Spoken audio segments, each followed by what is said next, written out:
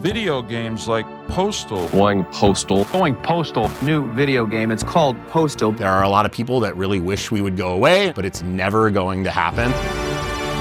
Their whole premise is so over the top. It's so ridiculous. There was a video game called Postal. We just ran around shooting people. Oh, this is going to piss off your viewers, isn't it? Oh, well. Going Postal, The Legacy Foretold. A new documentary about the history of running with scissors. Streaming this spring. Pre-order now. Go to goingpostaldoc.com. That's goingpostaldoc.com. Tell them In the Keep sent you. The conscious and intelligent manipulation of the organized habits and opinions of the masses is an important element in democratic society. Those who manipulate this unseen mechanism of society constitute an invisible government, which is the true ruling power of our country. We are governed, our minds molded, our tastes formed, our ideas suggested, largely by men we have never heard of. This is a logical result of the way in which our democratic society is organized. Vast numbers of human beings must cooperate in this manner if we are to live together as a smoothly functioning society. Our invisible governors are, in many cases, unaware of the identity of their fellow members in the inner cabinet. They govern us by their qualities of natural leadership, their ability to supply needed ideas, and by their key position in the social structure.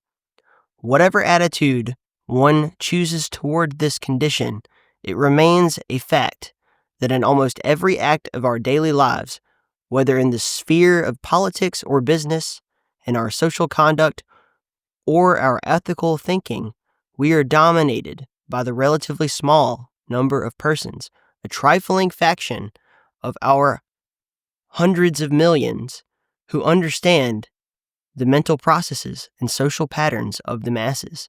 It is they who pull the wires which control the public mind, who harness old social forces, contrive new ways to bind and guide the world. From Propaganda by Edward Bernays. Copyright 1928.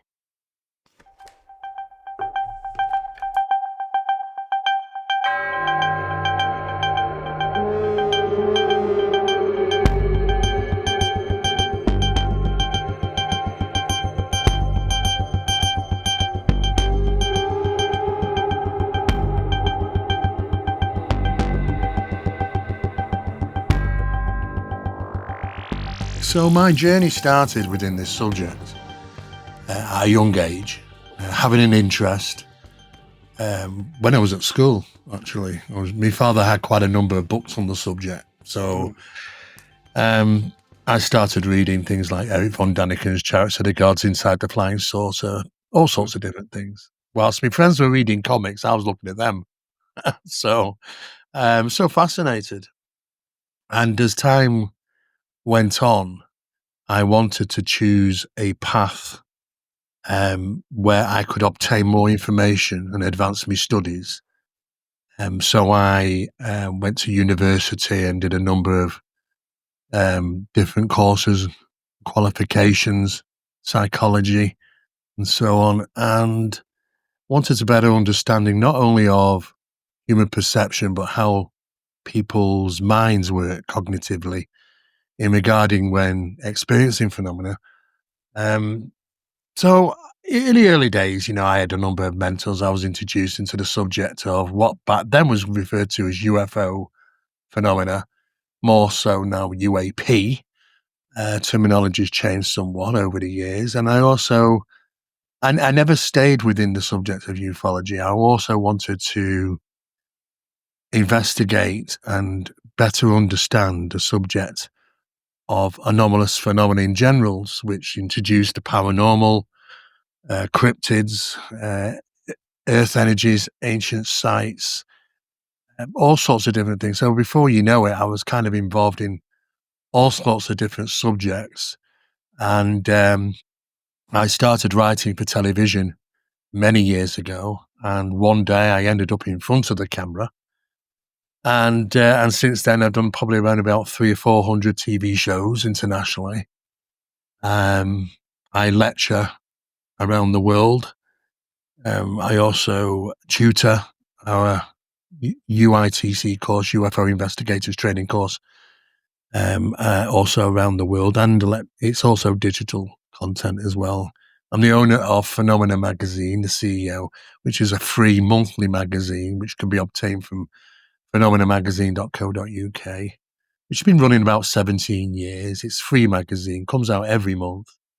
And it's really to break down those barriers so that we can network better across to other countries. It's distributed in 12 countries and a number of languages.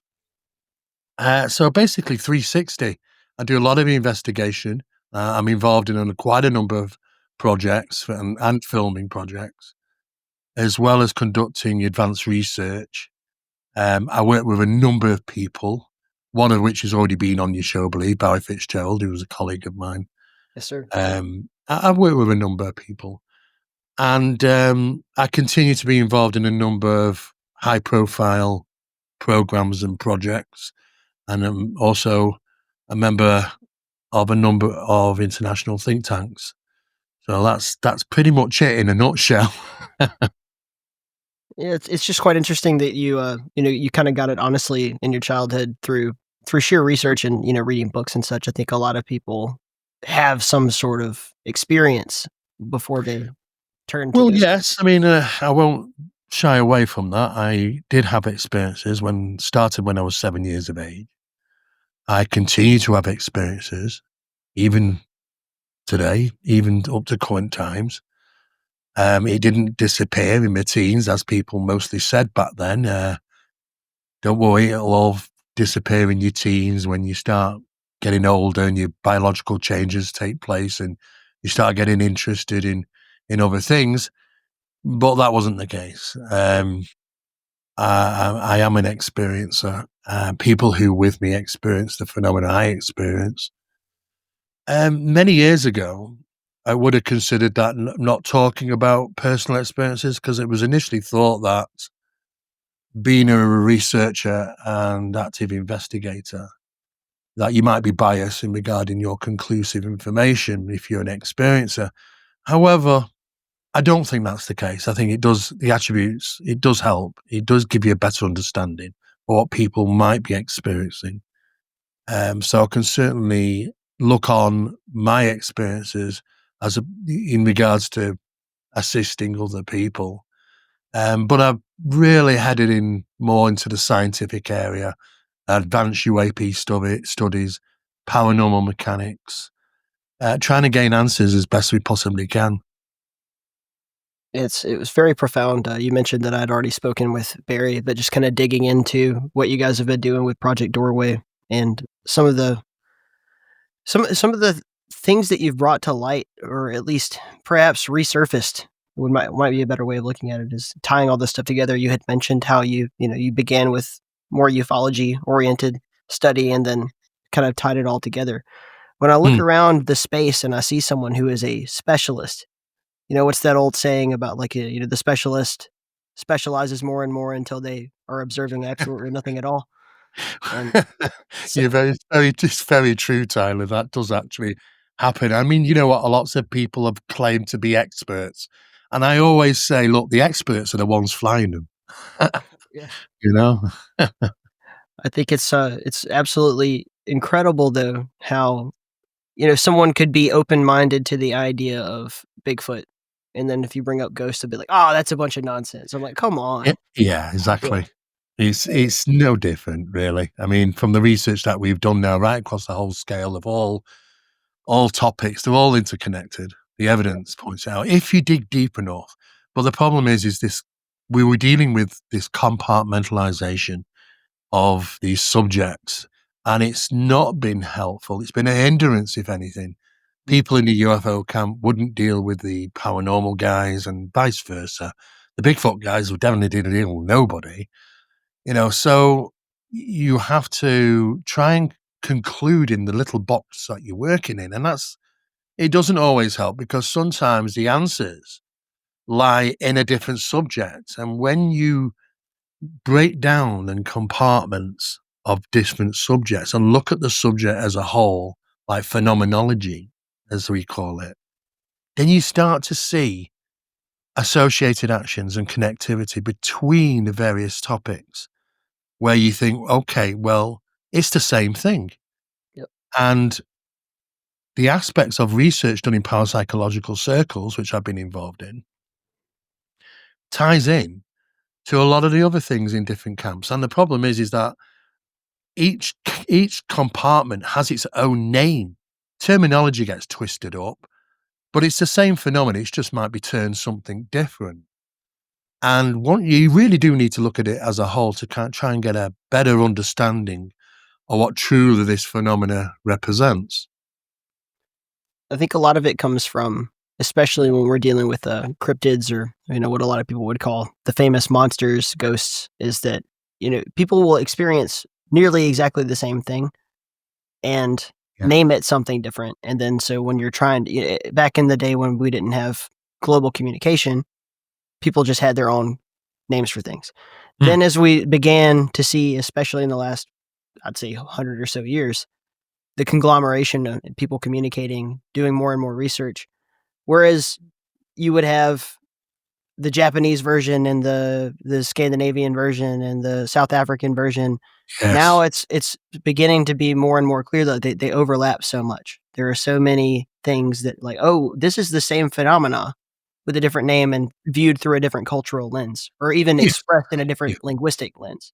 That's exactly right. I mean, you across the board call different things, many different names, cultural aspects, even spiritual aspects, beliefs, they all come into it. And of course, when you start to realize that, breaking away from the terminology and names and just looking at the core of phenomena that's been experienced, you start to see, yes, it's exactly the same thing that people have been experiencing on a global basis. And for a very, very long time, this phenomenon is age old. As Barry said, I do actually believe that he's been with us right from the start, if not prior, to be honest with you. We might be the new kids on the block, who knows? But one thing is for sure, the more we are researching now, we realize that there is a ritualistic, esoteric, occult connections with this source of phenomena. And that source of phenomena can be delivered in different ways, which we go and take and put into these categories, be it UFO, be it paranormal or other. And that's the problem. We're sifting through and putting things into boxes when really we should have just been looking at it as a whole. Communication now, it's a lot easier now. We have the internet. Though that there is a lot of disinformation on there is also, it's helpful for, it's a resource, an incredible resource tool to be able to communicate on a global basis. So we get to find out data a lot quicker and things that we would have probably never found if we were going back to the 80s when I first started in this, when you just had to rely on going to the library, and then there was only I think 15 books on the subject when I was in there, so it's, the world has changed. And with that comes new research and new technology. And as we push forward, we're realizing very quickly that if you've specialized in the subjects of parapsychological experiments, which I have been, and paranormal investigation, and UAP or UFO phenomena, and the cryptid disturbances, encounters, experiences, then you see a connection between these in the format of the mechanism. And this is what we refer to as paranormal mechanics. It's a very specialized form of conducting investigation where we're looking at particles of information on how the phenomena ticks. So the word like phenomena and paranormal and all these is just too big. We got to break it down. We got to look at the mechanism. We got to tear it apart and look how it ticks. And when we do that, we realize that there's a certain amount of profound physics that's involved in these incidents, which match up to things that have taken place in other subjects. And that's the commonality, is the paranormal mechanics across the whole board of these various topics. Do you find coming from a psychology background, that conducting experiments to try to find an empirical solution to a hypothesis can be more difficult in this field, as you don't necessarily have a result that you can measure. I come from the meteorology background. I told Barry this as well. Like I was a synoptic analyst for the Air Force. Oh, yes. So I viewed satellite imagery at the huge, continental scale across oceans and everything. And one of the fun things about weather is that you can always make the joke, oh, it's not really science because you're not doing an experiment and getting a result. But then I would posit, well, it's you make a prediction, which is your hypothesis, and then whether or not that prediction is right is your experiment. It's just that God is the one pulling the levers and not you pouring the chemicals. Well, yes. Yeah. Yes. I totally understand where you're coming from regarding scientific endeavors. I've been involved in a lot of scientific work and experiments, but one of the downfalls is that most people will think is that if you can't find it, therefore it doesn't exist. There's a lot of information, a lot of tests, a lot of experiments that don't go into the public domain because it's an ongoing thing. It's closed circle, or it's only distributed to other scientific establishments where we share information. Some of those experiments, in any case of scientific endeavor, you would need replication. That's what science wants. It needs to bend stress to it. It needs replication. Now, most people will say, well, you can never replicate the paranormal. But that isn't actually true. You can replicate the paranormal under certain circumstances. We have to use, sorry about that. We have to use certain types of equipment. We have to use certain types of people, some of which are catalysts. And we have to conduct certain experiments in a certain manner over a period of time to gain a positive conclusion on what we're obtaining and then sustain it. The sustainability is usually, that's where it will normally falls foul if you don't, or you're not involved doing this at this, the way we do our methods. But we do have replication and we do continue to do those studies, but a lot of it isn't in the public domain. Some things have been released, which we've put out, experiments within the scientific establishment of parapsychology, the Phenomena project was listed. We put things out, little bits and bobs, though that we do have, data sheets and things like that, but they're shared. They're not usually for the general public.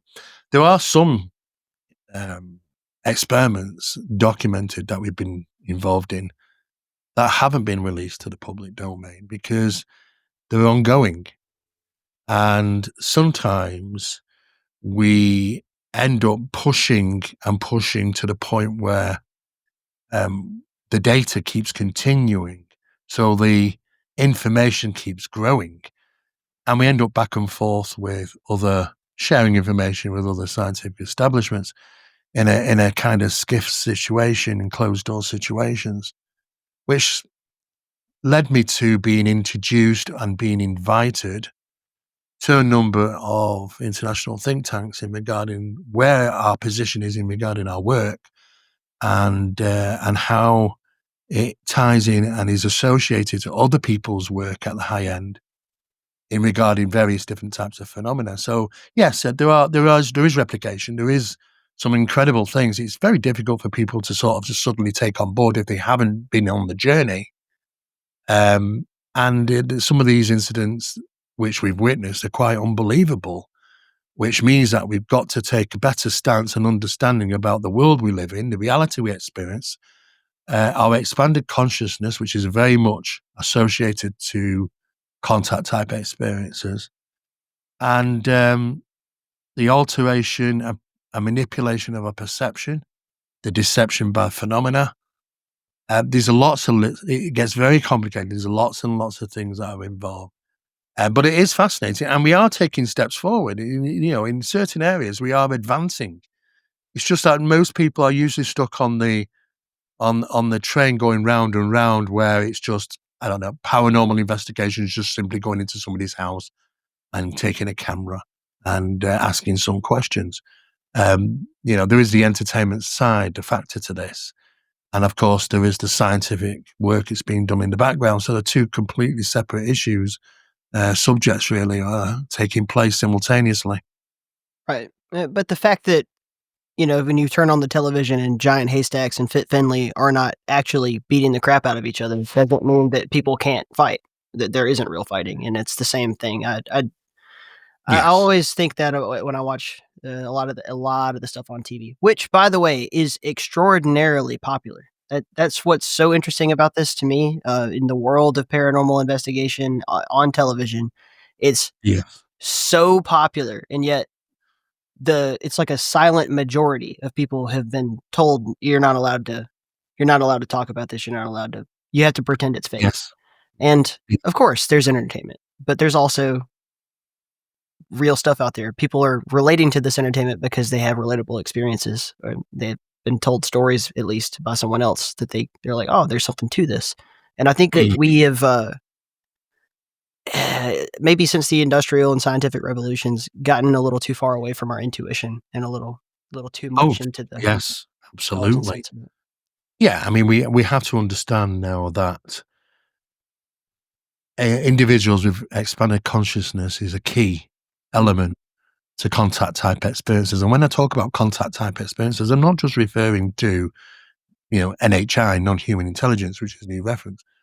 I'm referring right across the whole board, because it's the same thing we're experiencing. It's just the perception of it alters. But like I say, the effects on the human brain, the areas of the human brain which are affected through close encounter or traumatic paranormal experiences, is affected because of our perception alterations being forced, and it affects the brain. And we can see the results in the brain from those experiences. We are slowly but surely breaking it down, looking at the biology of the human who has these experiences, the blood group, their experiences through life, the perceptions, heightened cognition, and consciousness is the main thing. It's always an element in there. And we're realizing that phenomena is reachable through consciousness. There have been many experiments over the years. However, we've got to also not kid ourselves that we are not in control of this, that we are completely and utterly puppets on the string to the phenomena.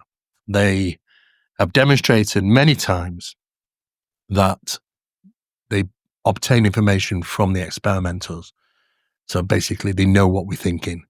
These experiments have been done when communication with NHI through advanced seance circles, because that was where they first originated, long before the 1961 alien abduction of Betty and Barney Hill.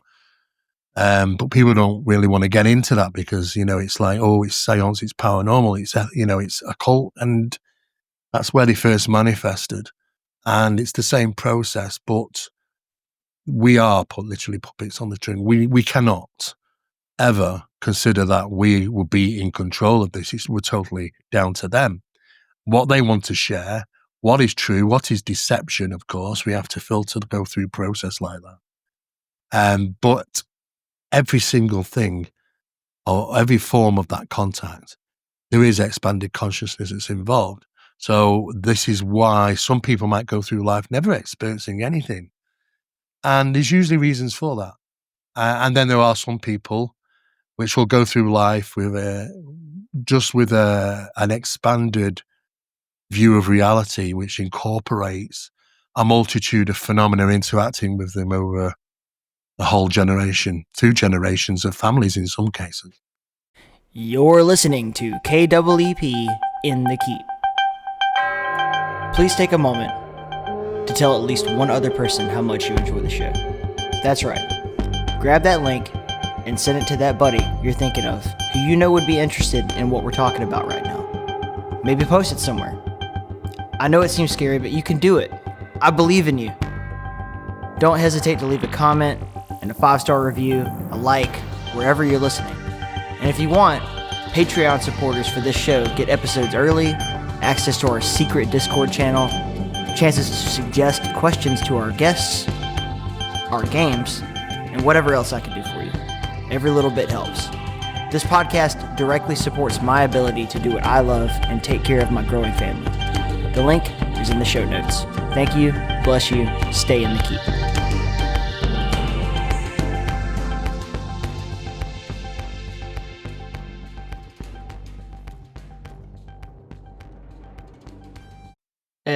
The recent podcast, the telepathy tapes, and I think the upcoming documentary regarding that that study as well is quite fascinating. Because so many people who I think prior to hearing it believed in telepathy, but were afraid to talk about it, and I think that's a lot of people. Telepathy is just one example, but just believe in something that they can't allegedly prove, and then won't talk about it because they've been told. Yeah, I mean, well, investigation into telepathy been going on for many years. There's been some very good results, and equally there has been, in projects that have been failed, just not worked, because it really falls down onto the individuals. This isn't one where you can just go out and pick randomly 10 people on the street and come and do some tests. It's about certain type of individuals. And once you realize that key, then you're basically on a heading to more successful results. And long-term results have been found in children. But telepathy is the same name as transplacement in parapsychological circles. It's exactly the same phenomenon. It's just referred to as transplacement, where the information is bypassing the eardrum. The eardrum's not rattling because it's not harmonic.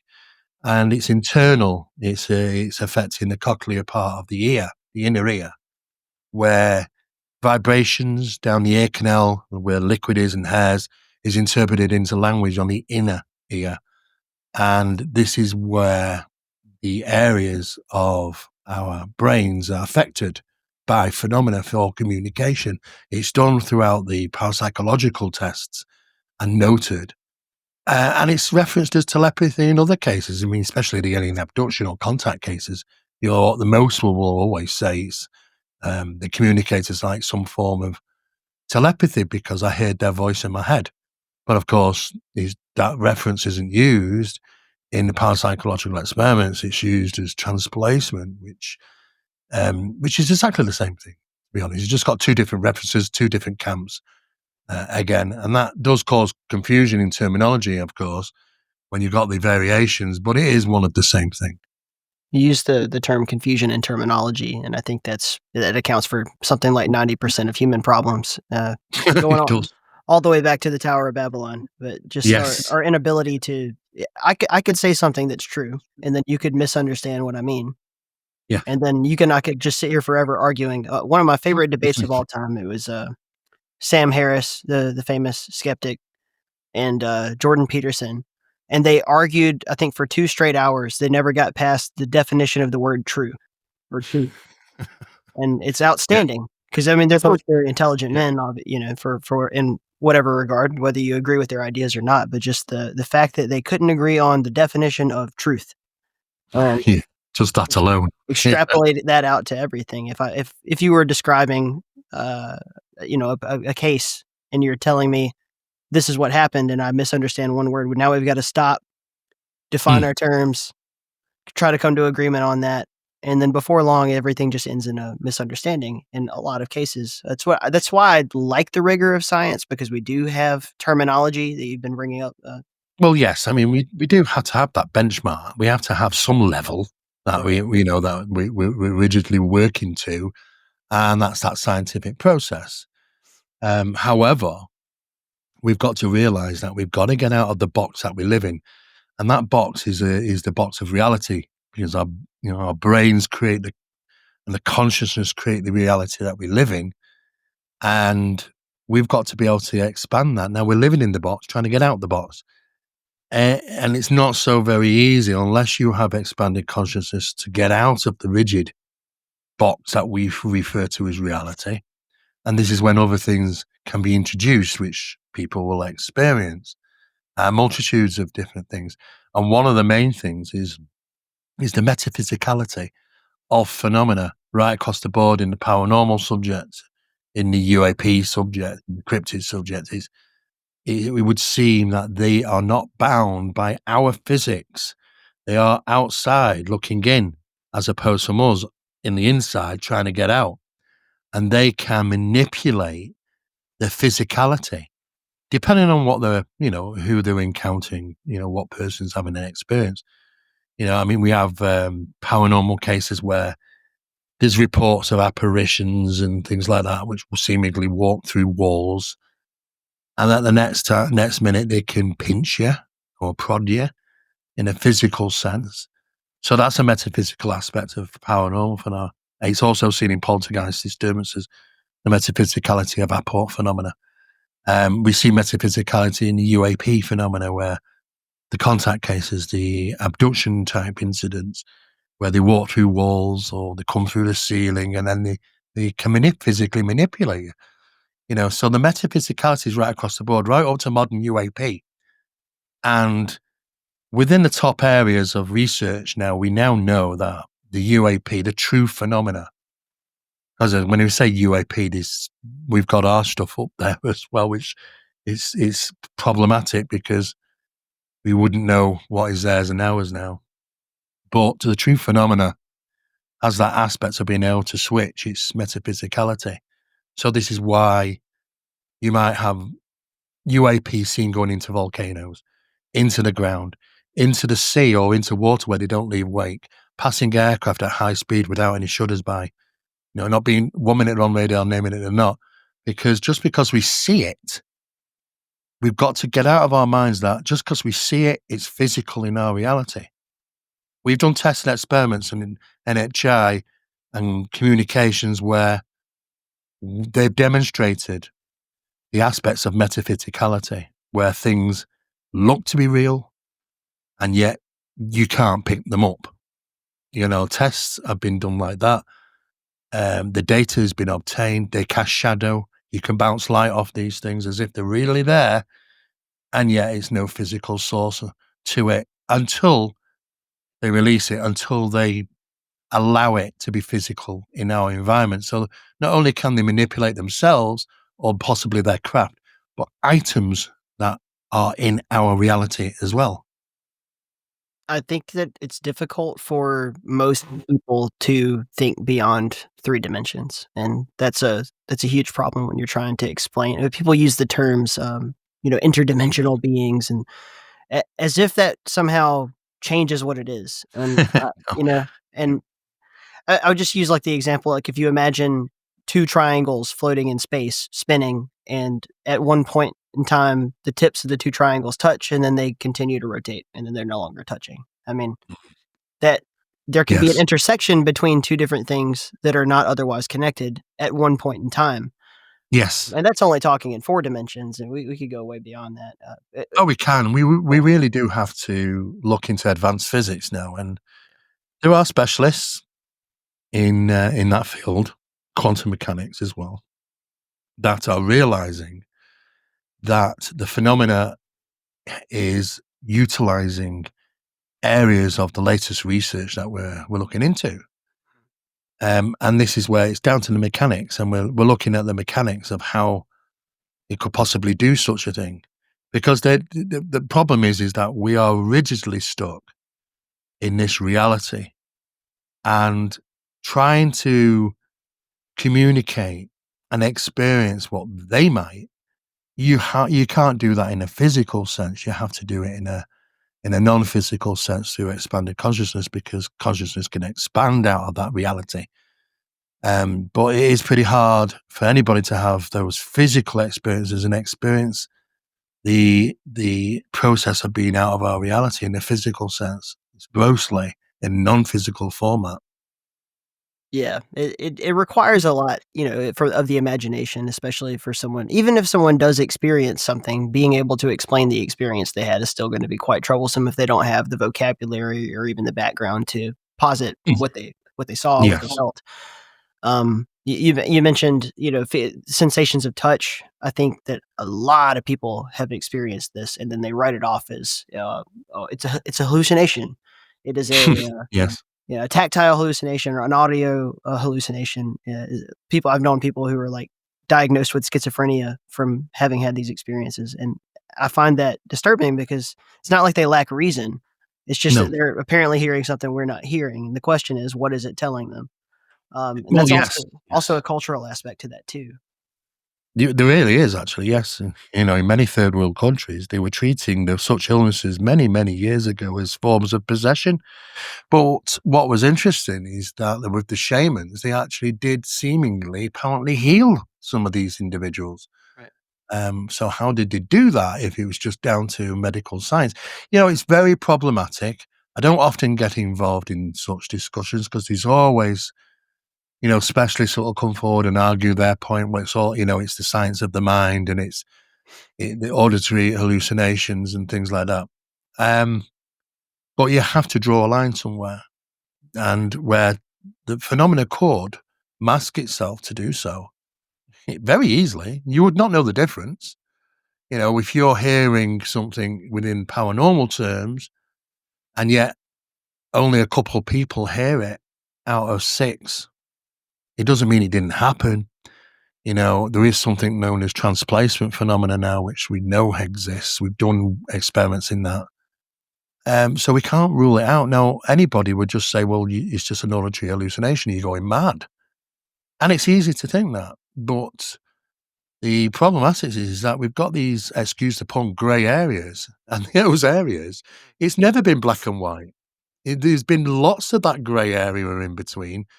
And when people came across it, scientists, academics, they just thought, I feel that I need, through the scientific rigor, of forcing it into the black area or the white area, because a grey area they don't want. Even if it's wrong, they'd forcibly try and fit it in. But now, luckily, people are coming forward. More academics are helping and assisting in regarding research into expanded consciousness and how phenomena fits in there and could be manipulating humankind, which I think they have been doing for a very long time. No doubt. I mean, take the famous case in Fatima, Portugal, where the 3 children were, they believed themselves to be interacting with the Virgin Mary or the spirit of the Virgin Mary, or you throw any word you want to on that, but that's how it's categorized by the church. Well, it is. I mean, the church will categorize things like this. I mean, there was a number of events surrounding Fatima, not just a single event, but Exactly. but the Vatican were there filming. They had cameras and things on tripods. What they described, I mean, if it was modern day incident, we would describe this as UAP. The sun descended from the sky, came down towards the ground. In fact, what you don't get told is that it shot across the people, of roughly 7,000 of them. Many of them ducked to the floor. Some of them ran in fear, surprisingly. And yet I've got the original photographs from the Vatican, what shows the sun in the sky, which is not the object. We've got the sun in the sky, and I've got the UAP, the photographs, the imaging, and the analysis, the Vatican analysis as well. The object itself was casting a tremendous amount of light, probably around about 50,000 watts, enough to cast 2 different shadows that day, one from the sun, which was partially clouded, and one from the object. And you can see that through the analysis. How people perceive that is usually down to what their belief is. Or in some cases, it's delivered by the phenomena. Phenomena picks out individuals to perceive something different. And that happens even modern day. I've had 3, 4 people that has witnessed the same incident, and yet they're all describing a different object. So you think to yourself, well, it was all a close experience that they had with this phenomena, and yet how can they perceive it so significantly different? And I believe the phenomena can do that through the manipulation of perception. Oh, it's very possible to have all the evidence and arrive at the wrong conclusion. It's the close but no cigar problem. Right? I'll give an example to pick on my aunt Rebecca. So if she's listening, that'd be great. But I remember she was studying, and she came to me one day. She's like, I realize now that the reason why people have different pigment in their skin is where they evolved in relation to the equator. And I was like, yeah, I mean that's pretty commonplace science now. Mhm. She's like, and that's why people in South Africa are white. And I was like, close, but no cigar. You're just missing a part here. It's so interesting, and I see so much of that in the paranormal space where someone will look. You did that really great episode of Unsolved Mysteries with Don Phillips, right? Yes. And the question of, is Becky Becky, or is this entity something completely different? And of course, it presents it to him in the way that it Well, does. yes. Who's to say Yes. otherwise? Well, we don't know. At the end of the day, it all boils down to what your beliefs are, Mhm. because what the answer is a question mark. Because if we want to refer to it as angelic, then really didn't turn up to angels, the referencing of angels until around about Ezekiel days. So I'm not really much prior to that. But there's the Nephilim, the fallen ones, there's references to them right back. So intelligences that communicate. So what are they? Are they angelic? Some people might say, oh, it's all demonic. I know, but these are just names that we've come up with. It was never originally, it's down to our belief what these things are. Even though that they could tell us, doesn't necessarily mean it's the truth. Sometimes they won't tell us. Sometimes they'll say, I can't tell you that. Sometimes they'll just ignore your question. Sometimes they'll tell you things and you think to yourself, well, how am I supposed to know? What is the point in asking a question when you can't prove the answer? And this is the problem. So all we have is masses and masses of data of what we've been told. And I assume a percentage of it is true. And maybe a percentage of it isn't, because the deception seemingly always involves somewhere. It's cryptic. Sometimes it's like a game. But one thing which is absolute is that it's real, it interacts, and it assists as well on many occasions with Don. And Don is a catalyst. Don doesn't need to have Becky to be someone special regarding the subject of abilities. He's clairgoscience, clairaudient, clairsentient, clairvoyant. He's a bit of a remote viewer. He has psychic visions. He can pick up on things which are imprinted into environments. It usually many times it's been they reaching him as opposed from him reaching out. It's a regular normal lifestyle for him since he's been an early age. However, Becky came into his life maybe 15 years ago, and they kind of cohabit together. And you can try and do as many as experiments as you possibly can, but you're still left with questioning. You asked one question, you delivered an information which you think, well, that's just going to come up with another 10 questions. When we asked the question about, one of the most prominent things, what about heaven? Is there a heaven? And the response was, for those that make it. That's the response.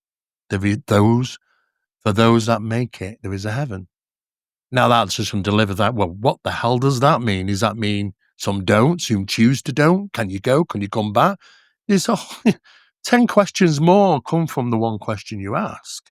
We've asked many questions and got some fantastic information, some of which we obtained prior to maybe 6 years later, scientists coming out and confirming what we'd been told through communications. Well, we thought, well, that was interesting. So certainly some parts of it is definitely true, but other aspects might not be. But it's very confusing. It's very problematic. It's down to individual belief. Like now, when I say, Barry's side of, but this is why we work so well together, because we come from this into the subject from two different sides. We meet in the middle. We're both very trained and skilled in what we've done for over the years. And we have sometimes various opinions. But that's good, because diversity is certainly what we need in this subject. If everybody had conformity, then we would never get anywhere, because you only got to be wrong and everybody was going to conform with you. So, we just don't know, Tyler. This is the problem. We haven't got all the answers. But what we can say is we are communicating and experimenting. I have experienced Becky. It took probably about almost a year of working closely with Dom before Becky would even allow herself to even communicate with me. And I've experienced Becky. just the once in a physical aspect. I don't think I'd want to experience that again because it was an experience that caught me off guard, and it was emotions that don't really tie in. I can't explain the emotion because it doesn't really exist until it happens. And it was a tremendous power feeling, a feeling of power went through me, took me to my knees, to be honest with you. Hmm. And it's not an experience I would want again. However, afterwards, it's like thinking, well, what is that? And how do we even begin to explain it? So I've experienced a little bit just once from what Don experiences. And around him over the last 15, maybe 10 to 15 years of working closely with him on phenomena projects and the experiments and things that we've been done and others, we've experienced some incredible things, which really is a dream come true for any scientist. But no scientist would just be able to walk through the door and clap their hands and get these things to perform. You have to build a relationship. And I spent 15 years on building that relationship to the point where there is communications and Becky allows us to conduct experiments. So whatever she actually represents, though, is a real big question mark. As you've probably seen in the show, it's always up for debate. Let's take our science hats off for a second and just talk about how it made you feel. So, I mean, you said that it was, overwhelming, terrifying, powerful. Do you feel just of your own accord like this was an attempt to compromise you, or was it like a warm invitation? Well, it came about when John came to me just one day out of the blue, and he said, Becky's communicated with him and apparently said, you're ready now. She's happy to, interact with you. And I was like, oh, right. Okay.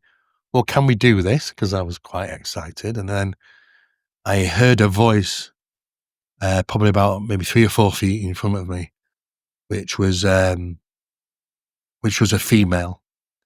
And it wasn't so much the voice. I mean, it was a beautiful voice, don't get me wrong, but it was what was delivered with that. What delivered with that was an emotion that I can't express because it doesn't fit. It's not anger. It's not love. It's not pain.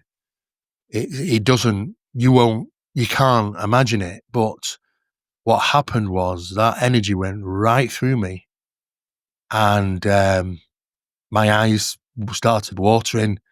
I struggled a little bit for breath. I fell to my knees, and I struggled with that.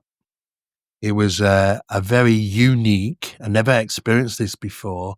It was short-lived, and I'm glad it was. But if that's just a little bit of what this entity can possess and do, then I understand that whatever this thing is, which is referred to as Becky, is not, I absolutely guarantee, is not your average spirit phenomena or guardian angel or anything of that sort. It supersedes all that, whatever that be. And, since then, because we had that, I was allowed to be brought into that inner circle. It was very difficult. It was very difficult to talk for years about that experience because each and every time, it was overwhelming to try and even go back and think about that. But the confusing thing really, I can't fit it into my head in regarding what the emotion is, because it's not any of the ones that you'd normally experience and understand. And the thing is that you look to do that. You try and fit it into the box. Well, what's that feeling? There is no feeling. Now, I don't know if it's the church might say, oh, well, if it gives it some religious connotation, you would say, it's the what you felt is the presence of God. or something like that, or the Holy Spirit or whatever, because it says you allow the Holy Spirit in. That's what the Vatican say. But what is the Holy Spirit? Is it angelic, what I'm dealing with, or is it something which is pretending to be? I mean, Barry Fitzgerald, my colleague, will go down the opposing path and say, he thinks that it could be something in guise. And there is always that possibility. I can't take that away from him, absolutely. But then when I pressed on about this, he said, well, what makes you think you should have the answer? What makes you think that Becky can just perform when she wants to perform? Maybe she doesn't want things known, or whatever it is, doesn't want things known. So therefore, it doesn't say, for its own protection, it might lie, because it can't give you the information, or it won't do, or it can't do. I do know that it does seem to be some governance, whatever this thing is. But I have to just hold my hands up to Don and say, I understand, it's who are we at the end of the day to demand that we should have the answers? Maybe we're not. And I consider myself lucky and one of probably very few people that have experienced so many different things, which some people probably never experienced in their life. So, and I can say for sure they actually do exist, which means that we do actually live in an incredible world where things can happen which are just so profound. You can spend weeks going to bed, but just not sleeping and lying there like I did, trying to figure out what the hell have I just experienced? Where does it fit into the understanding of life and the reality? It doesn't, and it does alienate you a little bit, to be honest with you, because after experiencing some tremendous stuff, you've got to go and do the mundane things. You've got to go shopping, got to go and do certain things that, you got to, it's hard to imagine that these things can exist in a mundane world, but they actually do. And that's what's so profound. How do you typically go about ascertaining whether or not someone has a greater sense or a higher consciousness, an ability to perceive these things or to work through them? Well, I mean, there are a number of different tests depending on who those people are. Excuse me. And what tests can be carried out to look for conclusive information.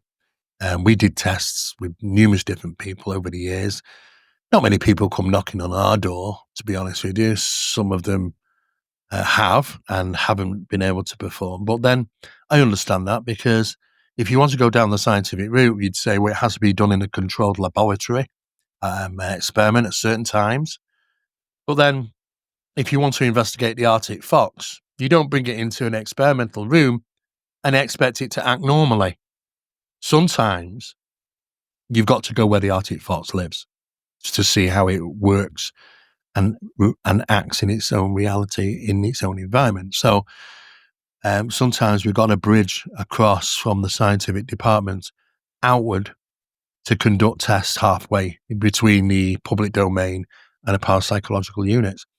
But there are a number of different tests. I mean, there are surveys and questionnaires. Some people might be more of an experiencer through their perceptions, altered perceptions, and that's often tied into high percentages of certain types of blood group, which certain people are, which are usually more sensitive or have expanded consciousness than others. And it is them individuals that often report numerous experiences or able to do things. I mean, if it's not down to psychokinetic or PK, it could be clairvoyant, clairsentient, or clairaudient. We can test for all those things. And yes, some people do have some unique abilities. However, what you end up with, though, with people with certain abilities, I mean, there's a lot of words around psychics and mediums or sensitives, whatever you want to call these people. And I do believe they do have some form of expanded consciousness. Of course, you've always got the entertainment side, the circus side, where, really it's somebody trying to pull the wool over your eyes. Yes, I get that. But there are individuals that are and do have that capability. And what happens is that when you go and see these psychics, mediums, or whatever, and usually the situation is somebody turns up and wants to hear about something about a relative who's passed away, be it the mother, the father, the uncle, or whatever. And what happens is referred to as a spiritual transpositional triangle. Now, the phenomena can read all the information from the sitter, the person who is coming to find out information. They're unaware of that, of course, and they can glean all that information. And the phenomena then, once glean the information, can deliver it to the psychic, who has an expanded consciousness to be able to hear or obtain information from the phenomena and deliver it to the person who's come in. That person will hear it and will consider that that's evidence that their relative who's passed away is on the other side and he's okay. Afterlife exists. However, we do know through experiments that transposition triangle can be confused. And this is why parapsychological departments will turn around and say, yes, hold a hand up if you press them. Yes, intelligence communications do exist. As to what they are remains unknown. Is it proof of afterlife? They'll say no, because they are aware that information given can be information gleaned from the experimenters or people that are coming into the experiment, or it's deception. And if you have just 1% of that, how can you completely rule that this is evidence of afterlife? It's problematic right across the whole scale, as you can imagine, Tyler. Oh yeah, and there's I think that a lot of times it is the clairvoyant, the clairaudient, the psychic, whatever. When they're talking about how they're getting their information, they almost give themselves away in different aspects through the words they use. They'll say something. If someone says like the spirits are telling me something, of course they could still be lying, but that's a little bit more convincing than I am the one who's getting this. Yes, it takes them out of the scenario, really, in a sense. Yeah, I think it seems to be demonstrable that in a lot of these cases, it's something is working through you, not that you have you have a connection. You don't have a superpower. Otherwise, I would assume you could do lots of other things and have control of it and understanding of it. Yes, and this is where then when you come out of that, I mean, you have these mediums and psychics and stuff, but then you have catalysts, and catalysts is a whole different ballgame.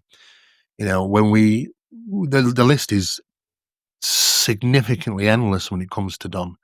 I mean, even if we go down the instrumental transcommunication experiments, ITC, or some of them are more referred to EVP, but it's not EVP, electronic voice phenomena. When you're conversing and asking questions and gaining response, it's not electronic voice phenomena anymore. It becomes actual voice phenomena. So it's an AVP in a sense, but it strings from the old days of Spiricom and instrumental transcommunication tests. And, he has, when I've been there on recordings of events that have taken in the past events, a battle siege, the bombing of the UK during the Blitz, and many things which are they are from a time in the past which have been recorded, which is done.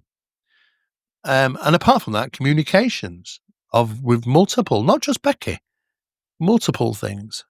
And obviously there is also the some things which you might refer to as the more darker side has reared its head on a few occasions, which, I mean, I'm not stupid at the end of the day. I know where my limit is, and it can be unnerving, but some of those things do exist as well.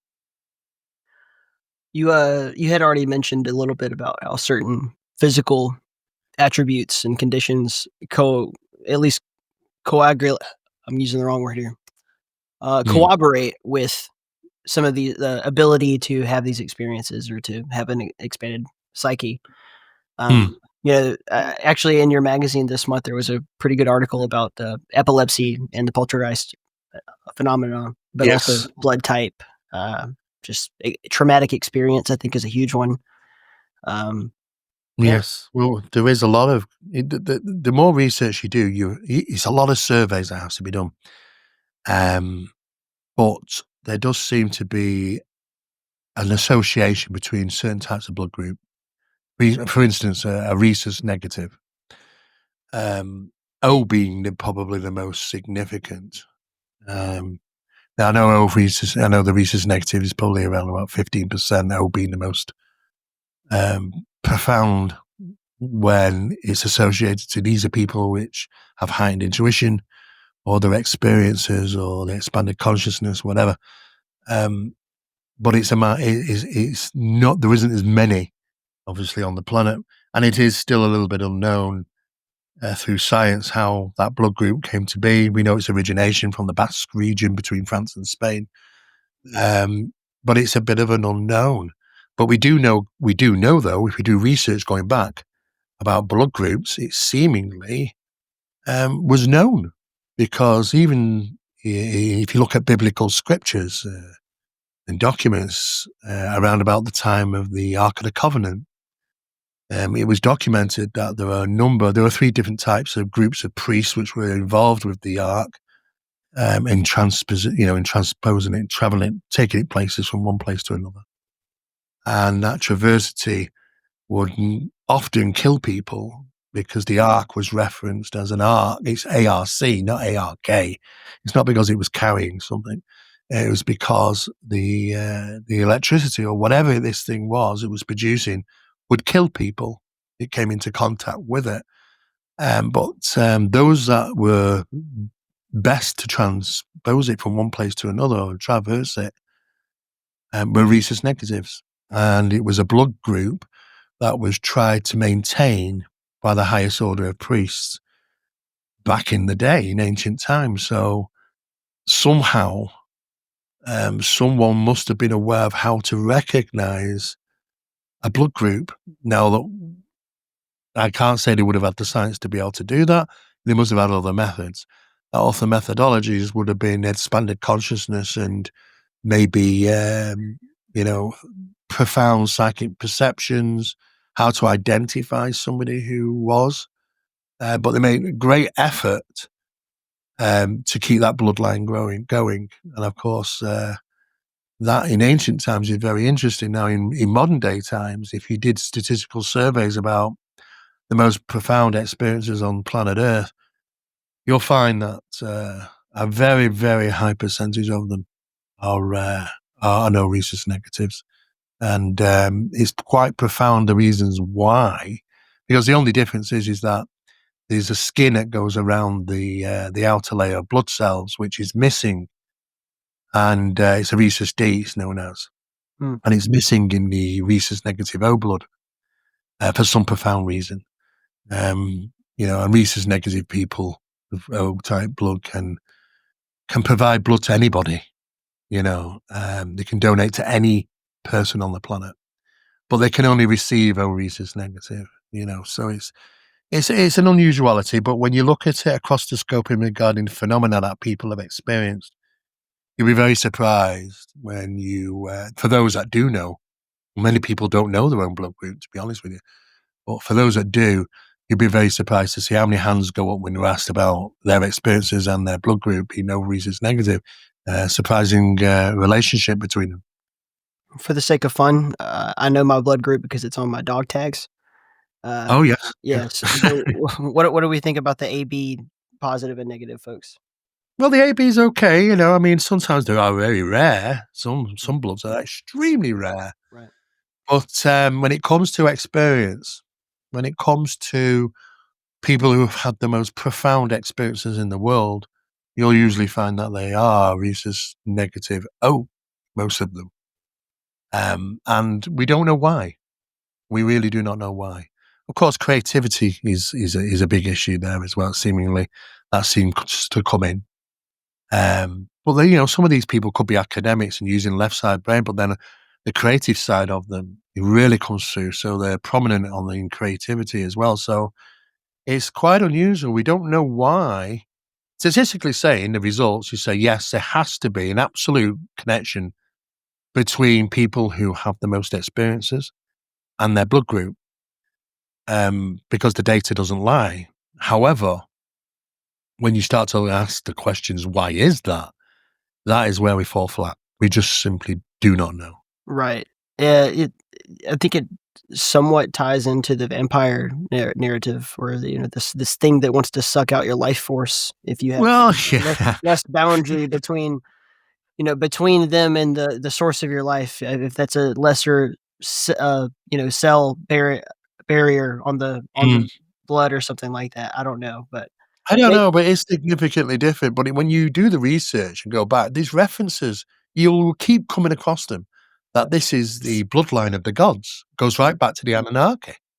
And you think to yourself, well, why is it the bloodline of the gods? What is the rhesus negativo? And no, you just can't get the answers. But the data's there, but we just don't know the reasons why people have those type of experiences more so when they have that type of blood group. You mentioned Chariots of the Gods earlier, which I have sitting on a shelf next to me, and then also, of course, the 12th planet and all of that stuff. Yes. I don't know how I feel about necessarily being able to read Sumerian, but I do find the narrative of the Anunnaki quite compelling, if nothing else as a myth and a legend. But Yes, I mean, you are right. And until I would take it, I would say sort of 50%. I mean, you can look at some of the early transpositions and the information and details that have been put forward, and in those books, it's problematic. There isn't many people, even at that time, that could actually understand fully Sumerian. There are mistakes in there. There are misinterpretations. It's understandable. It would be. However, there is still a body of information that is very questionable. Now, the science guys would like to grab hold of that and take that small percentage of inaccuracies to say, it's just all inaccuracies. The truth of the matter is, though, that yes, there are inaccuracies, and but at the same time, there's a lot of prominent things which have been looked at by numerous different researchers, which stand the test of time in regarding being accurate. So, it's like anything, you've got bits which are true and probably right and bits that aren't, but there's a lot of information pertaining to the Anunnaki. Not just, I mean, you can, even if you just take away the books, take away the interpretation, and especially Zacharias Sitchin's, and just look at the other things such as cuneiform tablets, and images. Because, you even look at the images, they did ancient images of planets around the sun. How did they know how many planets there were? How did they reference the sizing? Which is accurate. It's very accurate. Yeah, Von Däniken makes a great point of that. It's like, how is it that these folks seem to have accurate models of the? Well, that information must have, they must have gleaned, the Sumerian culture must have gleaned information from the ancient past and passed on and stuff. There were vast libraries. And do you know what? There are still hundreds and hundreds of thousands of cuneiform tablets, which are still never seen the light of day because they've not been interpreted yet, not been looked at. There's so many of them. They were a culture that just specialized in documentation, libraries. That was their thing. And these are so vast that, they would not even put a dent in it, to be honest with you. But you tend to get the same information circulating all the time. You don't get to hear the new stuff, but it's fascinating, So you got to say, well, okay, even the referencing to the blood group goes back to the Anunnaki days. Even up to modern times research, is modern research into regarding the blood, or that blood group as well. Scientists are trying to come up with answers, but might not necessarily get them. But but they'll continue to do so because the data says, that these people are somehow different in regarding how they perceive reality or how phenomena interacts with them. Maybe that these were the gatekeepers, as Barry would say. Maybe these are the ones that had heightened intuition, would deal with phenomena or converse with them or pass information on.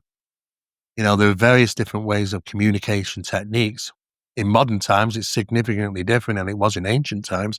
They had to find certain locations, usually on mountain tops and usually in certain temples, usually down to geomagnetic energies, where phenomena would present itself, and certain individuals would enter into conversing with what is referred to as the gods, and glean information which would be passed on to that society. So, and that's happened all over the world from thousands and thousands of years ago onwards. Yeah, the geomagnetic anomaly discussion is very fascinating to have that with Barry in the research that you guys are doing. It's so interesting because it ties so many things together that I think previously were separate groups of study.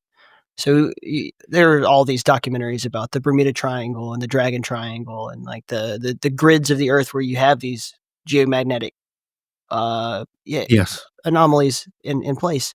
And the fact that the Great Pyramid of Giza falls directly in the center of the Earth in its distribution of water and land, and Yeah. I called think we the navel of the Earth. So, yeah, that's the one, the navel of the earth, or yeah. these parallels as well, what they reference. But the thing is, I think we've lost our way.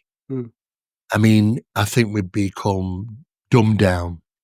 You got to consider our ancient ancestors wasn't poisoned on a regular basis, not through the air, not through the water, not through eating. Into the modern day society, we live in a poisonous environment, not only from what we experience electronically through radiation, various forms which is we are bombarded with on a daily basis. We are also, a lot of people breathing in what they might think is good air, but it's actually quite toxic compared to the ancient past. Mm. The water, the things that we drink, the chemicals that are in them, even if it's not that, it's the chemicals in the packaging that hold them. Everything leaches into us, and eventually the long-term process of that might cause us to diminish in other aspects, and that might be our sensory abilities to be able to pick up magnetic energies. Now, we do know that there's plenty of evidence to support that our ancient ancestors were aware and could feel these energies. They may have even been aware of the human, the planet Earth's 7.2, I think it is, hertz, is human resonance. They may have even been aware of that. So we have to say that we don't have those things anymore, and they were aware of where the best places were to build, to communicate, to have temples. A lot of these things were about communicating with the gods, not God, but gods. Like to say, the source. And they had methods of doing that. It wasn't always good. Sometimes these ancient places, as Barry would say, some of them were destroyed by the culture themselves because sometimes it didn't always go great. Some places, which are still very active, I've been to these places with Barry, some of these locations. And what's interesting is that with modern day technology now, which we can get some wonderful equipment now, as opposed to many years ago, we can start to use that equipment and see the effect on these various different types of equipment through the phenomena, even if it's down to time displacement meters and latency effects in certain areas, or gravitational anomalies where phenomena is manifested. We believe the fact that the manifestation process, because a lot of UFOs are seemingly manifest in key areas and go about the business. Sometimes they demanifest, dematerialize. One thing what we do know through statistics now and research carried out not only by the Arrow, which is the Pentagon UFO program, but earlier the UFO Task Force and NASA and numerous other establishments have all now concluded, actually did that last year and the year before, that they believe that the UFOs did not constitute enough evidence to say that they're extraterrestrial in origin. And the reason being is that, for the amount of sightings seen around on a 24-hour day on planet Earth, and this is, we have to be, when we're saying being conservative here, we haven't got all the data from all the countries, not all countries participate. And there's obviously a lot that we don't get to hear or don't get reported. But out of those that do, there's these thousands upon thousands of these things on a daily basis. Where are they all coming from? Well, they're not seemingly coming in to the Earth. There's no superhighway being tracked in and out. You might get some bits, but no superhighway to constitute that. So where are they coming from? And that's a big question. This is what they've concluded, and this is why the narrative has to change. We knew, myself and Barry, knew the narrative was going to change, that we're going to be stepping away from the extraterrestrial and it's going to be interdimensional, and the extraterrestrial hypothesis, and to the NHI. And these have been referenced at Pentagon level now because the narrative has to change. Can't keep going on. We have 70 odd years of this narrative. It don't fit anymore. And people getting clever. They're getting equipment. They're doing surveys. They can, with the technology that they have, can prove that narrative doesn't stand. So it has to change. And this is why the change is happening, which is exciting, of course. We didn't think that we'd see the narrative change in our lifetime, but we knew we had to, and we were surprised it did. But nevertheless, though, we got to know that prior to pretty much basic public knowledge. We knew that before. We knew it was coming. But the problem with this is that this is the type of phenomenon that our ancient ancestors could have been dealing with. However, in modern day, when we cannot rely on human senses to tell us certain things, we have to fall into the technology. And we have some incredible equipment now which looks at the effects on the human brain regarding experiences. And that's all, the work that's been carried out in Project Doorway by Barry Fitzgerald. Yeah. I think a lot. I think it's because I'm a game designer, but I do think a lot about the way that digital worlds function and the glitches, the modifications that can be made in real time. So for the player avatar in its experience, if I, as the controller, decide in a given moment to change something or to add something or to modify the laws of physics within that digital world, suddenly it can happen. I can even do that in a given area at a given time or only to certain characters or whatever. I'm not necessarily saying that we live in a computer simulation, but there's a reason why the vast majority of the world's religions keep giving us the same principle that like what we are experiencing is an illusion, or at least it is not all of it. Right. Exactly. Yes. I mean, he's a very good author. And he's a good friend of mine. He's Yeah. doing a lot of good work at the moment. Paul Wallace, his name is. And he's arguing the point. Oh, sorry about that. He's arguing the point, Paul Wallace, that have we even misinterpreted God with the phenomena? Because if you look at the phenomena widespread across all its listings of capabilities, it has godly power. By all intents and purposes, it has godly power, from striking you down from a beam of light, which might be referred to as a heavenly light that came down from the sky, to changing and manipulating reality, bending light, manipulating the physicality of things in our reality. We would say when they appear to be, which can appear to be angels, all sorts of different things. There's actually thousands. You actually list around the world how many types of non-human intelligence are there. I'd be surprised if you get anything under 4,000. There are that many. So you can see now how that old narrative that these are different beings coming from various different planets, over 4,000 different beings traveling to planet Earth on the vast distances of space. NASA's not finding much out there, to be honest with you. There's a couple of interesting things which are on the horizon. But they travel in craft, which kind of do the same things. A lot of them look the same. They do the same things.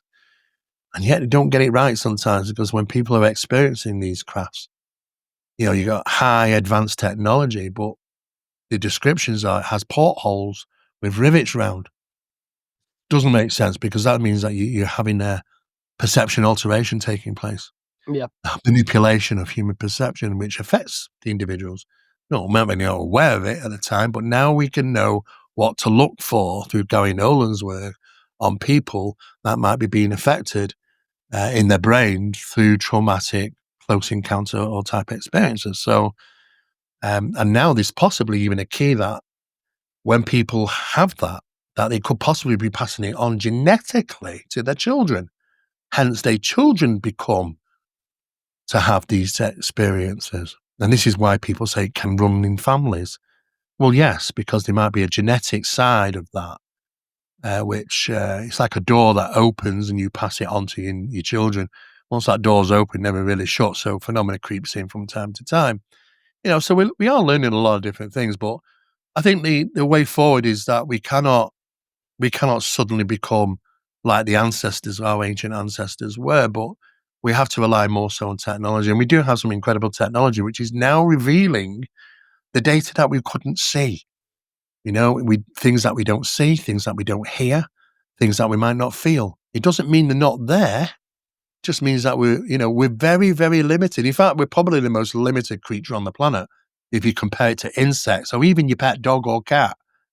And you have to ask the question, why are we, the human race, Homo sapien 2, you could say, have so much limitation to what we experience in life? Maybe we've been designed in that way, that we cannot at any time normally experience those things from expanded reality entering into our reality. And yet so many insects, so many animals do. So it's very profound how we've advanced in so many different ways, and yet in our infancy in regarding our perceptions.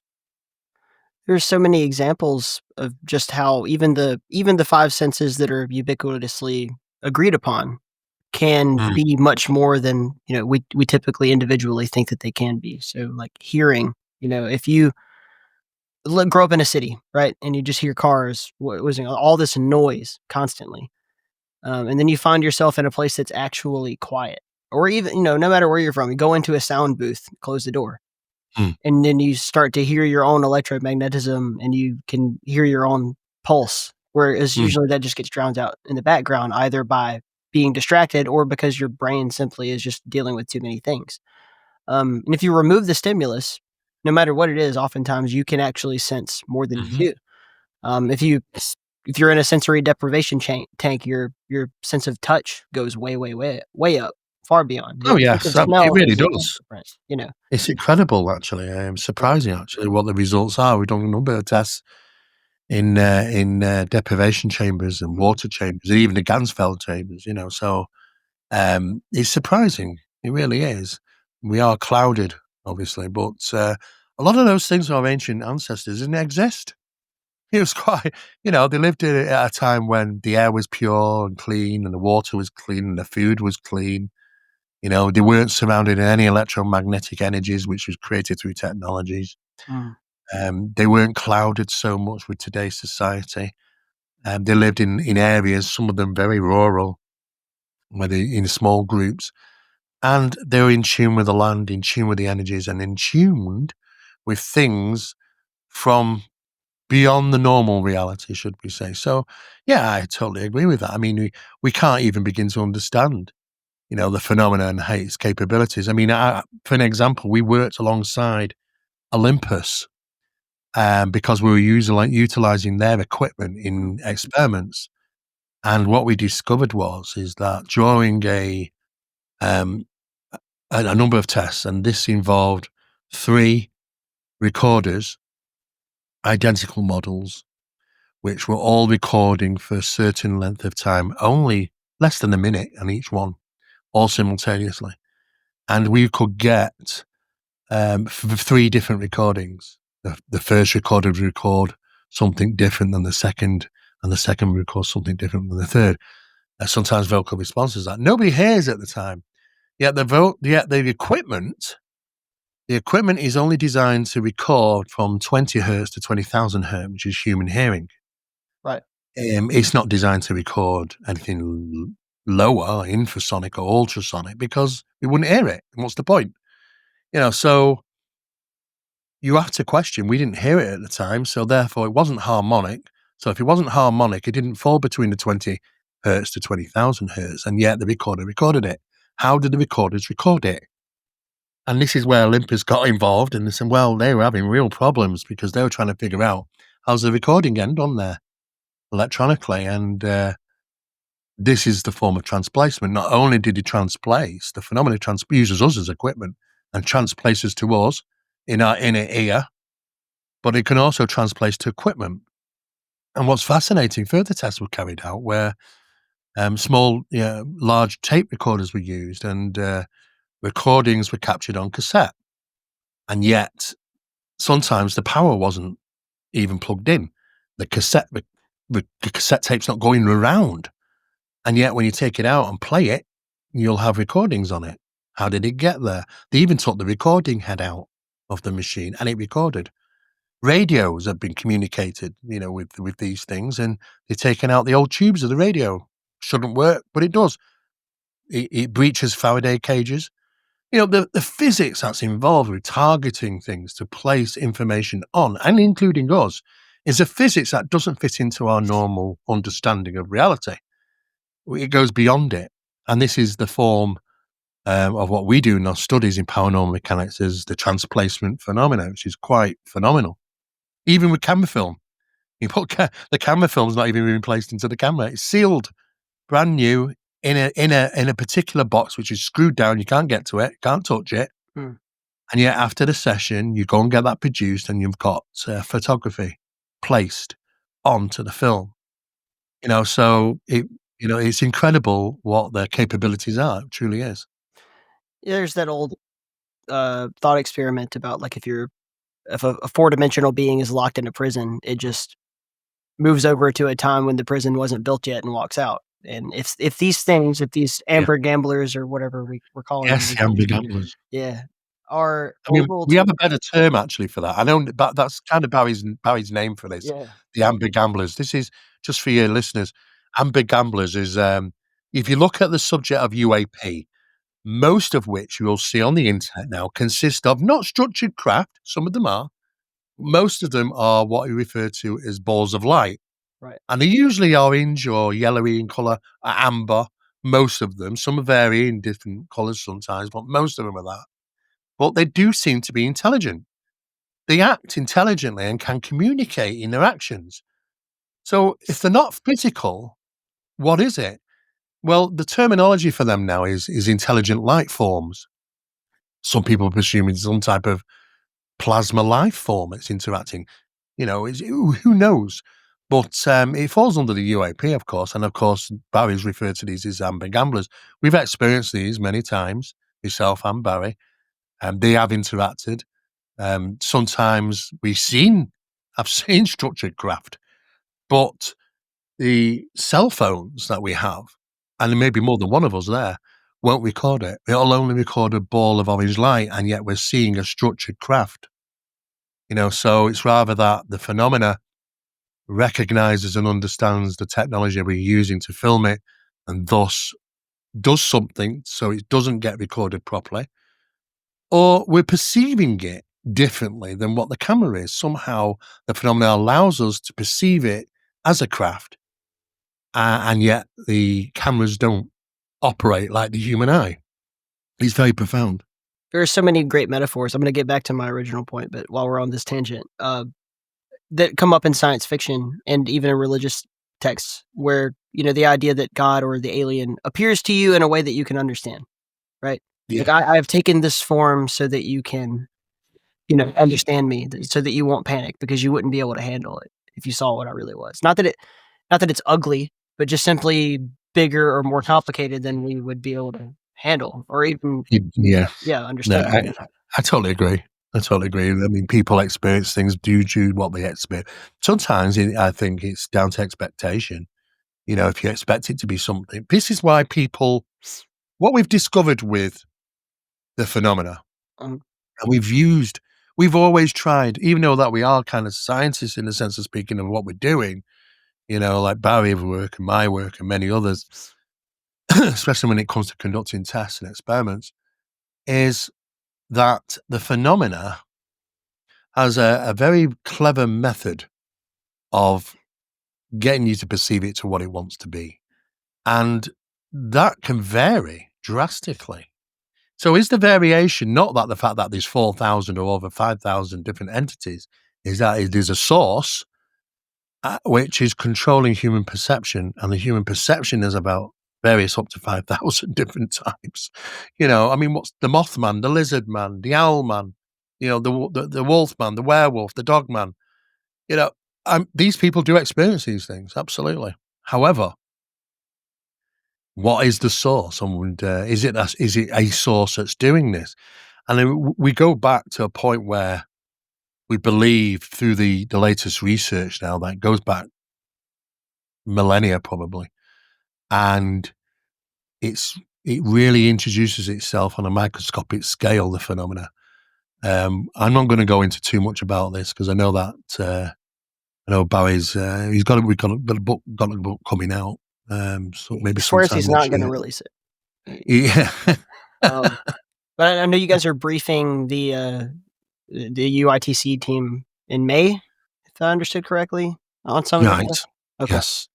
Yeah. So maybe I'll have to get you both on after the fact or something like that, but that'd be great. Absolutely. Yeah. Sure. I mean, it's always working, always trying to push and advance into the subjects, and to trying to come up with conclusive information, but the more we do, the more we realize that the phenomena's capabilities are seemingly limited. They're just limitless. Yeah. We're finding more and more data that it just shows the capabilities. It's shocking, absolutely shocking. And it's all happening outside of our knowledge most of the time, even experiences. We just might see something, but we don't know what's going on with the human brain. Well, now we have things that can measure the human brain's activity at the time of experience. And it is surprising what's going on, which we don't realize, which would lead us to perception being manipulated. That deception process changes the rhythm of the brain as the process into different into theta from what we normally are, but we shouldn't be during waking state and experiencing something, but it does.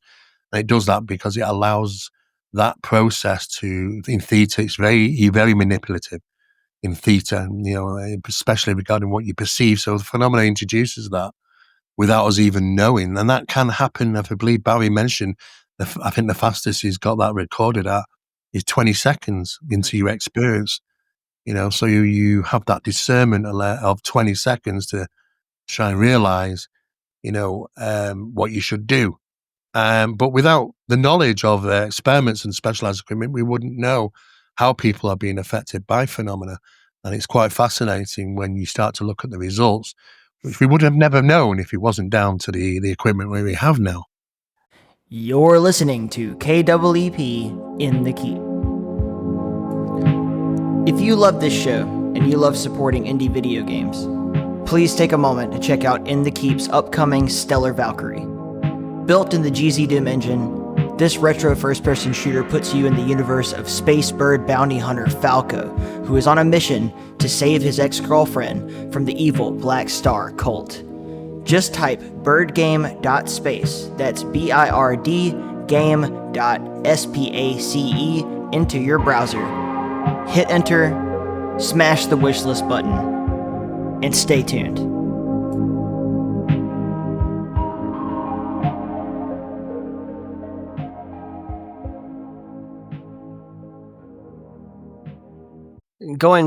Circling back around to my metaphor about the escaping the three-dimensional prison. If these entities themselves are in fact hyperdimensional, then there's no reason why, just because you take the tubes out of a radio or you don't have the recorder on, that they can't just move to a time or the object to a time when they could have done that and then just had it on there.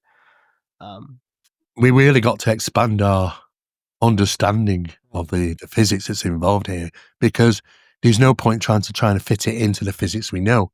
It doesn't fit. So we really have to empty some of the physics out that we do know and start rewriting about what we've discovered and the metaphysicalities of this phenomena, which is incredible. I wanted to circle back around also to, you brought up the Mothman and werewolves and dogmen and the skinwalkers, whatever, all of these different cryptid manifestations. And I really like the approach of looking at them through symbols. And it's like, okay, are they deceiving us? Are they distracting us? Or are they sending us a message and we're supposed to decrypt it? So, Mm.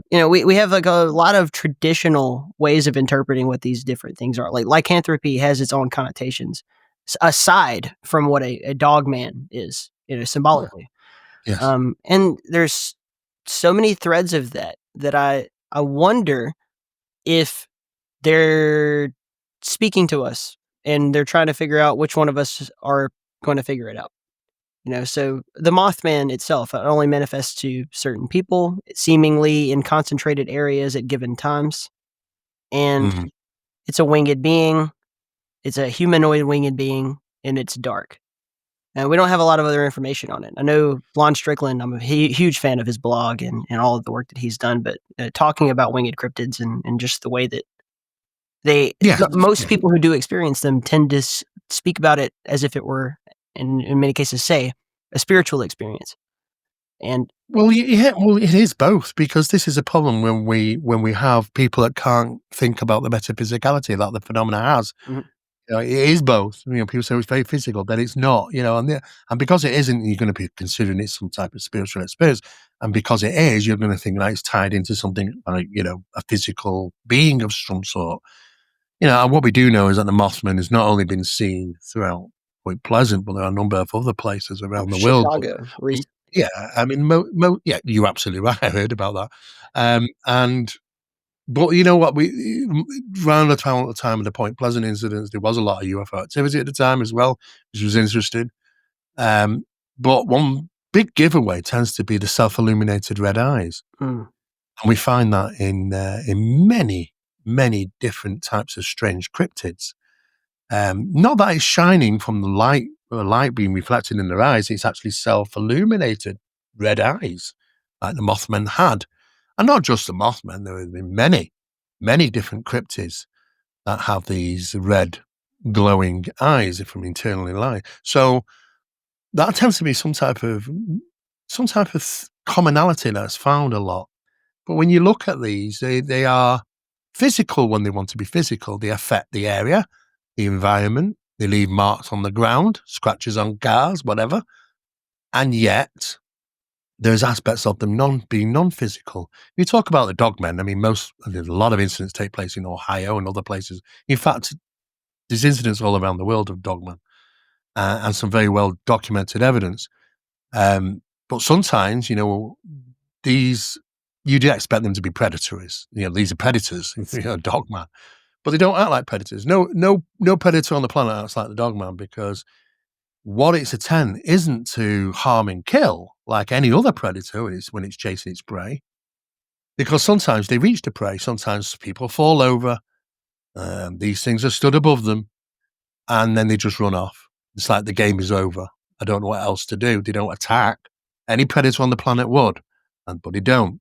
It's as if that the aspect of this is to create fear generation, like a fear parasite, a parasitic thing.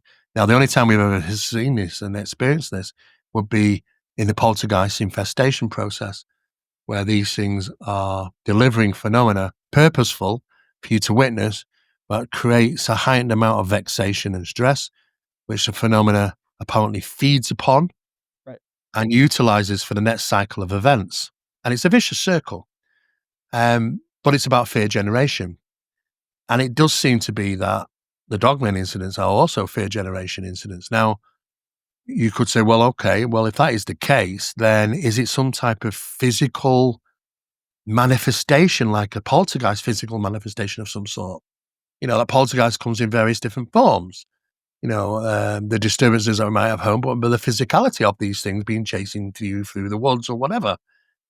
Because it's about the fear generation, it seems to be important. And I looked into the science side of this about, is it down to pheromones? And well, according to certain tests, I mean, I talked with some people at high end and they said, oh, well, I don't think we have it anymore. And we don't think we even sense it anymore. That's not actually true. Some of the tests that carried out on skydivers doing skydiving for the first time, they were put patches on them and they went off to the lab for testing. And just some women do a run through the park on a Sunday. They had patches on, they went off to the lab. And people under experimental conditions, identified the skydivers. They believed they could scent the smell of fear on them through the sweat glands, which is fascinating. So if that, is it something to do with fear pheromones? I don't know. But there's that trickster element to it. And when I said to Bai about this, he said, well, who knows? Because it could just be doing it for giggles at the end of the day. Who knows? But it is interesting that it's seemingly a predator. It doesn't act like a predator. It's the only one on the planet that doesn't, to be honest with you. And then they follow tracks in the snow and stuff. And yet you end up with half a footprint and none more, as if it's just been picked up from the ground, but yet they can leave physical tracks and marks, just like Bigfoot, and hair, scat, and things like that. Well, you can when they're physical, but there are many reports that some of these Bigfoot are, sometimes they have been right next to people when they've been pursued, and you can see the bush moving, but you can't see them. They're invisible, they're cloaked or whatever. So who knows if there is a metaphysical aspect to this, which we do believe in the cryptid phenomena, then it's exactly the same as the paranormal metaphysical aspect and the UAP metaphysical aspect. So maybe whatever all these things constitute, are we dealing with one source presenting itself in multiple factions? My brother is a squatcher, and he's very into it. He goes to the conferences and everything. And one of the interesting things that he brought up to me was that, he doesn't look for a physical animal that no one can find, right? He has this idea, and I don't necessarily disagree with him. The Bigfoot is more of like a guardian angel type figure of the forest. It's like they're all over the world, wherever there's a wild land that no one is supposed to destroy, and then they inhabit that space, and you can't catch one, and sometimes you can and can't see them. They behave in exactly the same way as people describe angelic or demonic, perhaps, beings, but things that are of a higher dimension than us. Yes. I think that's a little closer to the truth than there's an Australopithecus, population swarming in the forest that we can't find. I've met with a lot of Bigfoot guys, swatchers, over the years in different parts of the world. Last time I met up with a team from Pittsburgh, I was in, and these guys are very. It's like the old days of saying UFOs are very nuts and bolts, which we know they're not. We know that that's not the case now. But they are stuck there. Some people are stuck saying it is a real living creature out there. But there's areas of their research they won't go into. And if even I was to turn around and say, well, let's take the UK for an example. Travel 53 miles in any pretty much direction, you're going to hit the sea. It's an island. But we have many reports of Bigfoot here. There's no place for them to live. And what would he eat? A huge animal like that? It's got to, like any tracker, any professional tracker will say, you don't follow the animal, you follow the food source, because we're going to have to consume a lot. And it has to be not just one of these things, there have to be quite a number of these things to survive. Right. They've got to be a family of them, of something like that. They've got to be a society. But where are they? And it doesn't make any sense. We've had them in built up areas where people have seen these things. In fact, the last one woman was reporting the sound it made was a chattering sound, which was fascinating. And she was in tears about it. But she lives not far from me. And it's a town. It's the middle of a town. It was a small little park. And when I say small park, you can see one end to the other. And that's where it took place. And you think to yourself, how on earth can these happen? Now, I get the fact that some animals can be so elusive. If you take the panda for an example, when they first discovered the panda, it's black and white. It lives in a forest of green. It should stand out like a sore thumb. It moves very slowly, and it only really eats one type of food, and yet, even though they've discovered the first one, it took them 60 years to find the second one. 60 years. And that's because it lives in an environment which is just so terrible for humans to try and get into. It's not like it's hyper-elusive, it's just its environment. And I get that there are environments around planet Earth where these things may be living. It's very possible. But what are they, is the question. Is it some extinct creature? Well, when people come face to face with these things, sometimes the evidence points to that it's a little bit more than just a physical type creature. Sometimes they demonstrate metaphysicality, and that's what's so profound about this. So again, we're stuck in that same situation in regarding like the UFOs and the paranormal. It seems to be that there's evidence of metaphysicality across all through these subjects. Oh, yeah. I'll be in trouble if I don't correct myself, so I should say Gigantopithecus, not Australopithecus. Otherwise, I'll get drawn and quartered by. Yeah, the Gigantopithecus, Yeah. yeah. But no, it's absolutely true that there has to be there has to be some sort of metaphysical aspect to these things that if you can't find them, or we just haven't found them yet. One of the two. I get Yeah. reminded a lot about, we talk about the land dwelling things, but things that are under the ocean people thought that the giant squid didn't exist.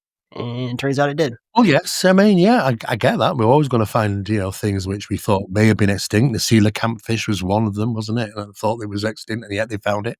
Right. Yeah, I can understand that. But when we're dealing with things which are just want to like dogmen and things like that, which seemingly just want to generate fear. I mean, there was an interesting case where, two teenagers were walking through the forest. They were staying with the father for the summer. Father works. He has a log cabin there, nice home. And they're very aware of this location. They've walked it many, many times through their lives. His father's lived there for a long time. And yet one night, suddenly taken over by fear. Now, this is what's interesting. Fear induction. Fear induction often takes place prior to the incident. Fear induction is often utilizing infrasonic sound. We don't hear it, but the surroundings do. And this is where you'll find that everything goes quiet. The birds go quiet. The insects go quiet. Take that typical scenario of the Close Encounters of the Third Kind, incredible film Steven Spielberg did. Or the crickets suddenly go quiet and then boom, there's a UFO incident. This happens time and time again because, these animals, these insects, they hear infrasonic sound and think it's predators, so they fall completely quiet. You end up with these dead zones.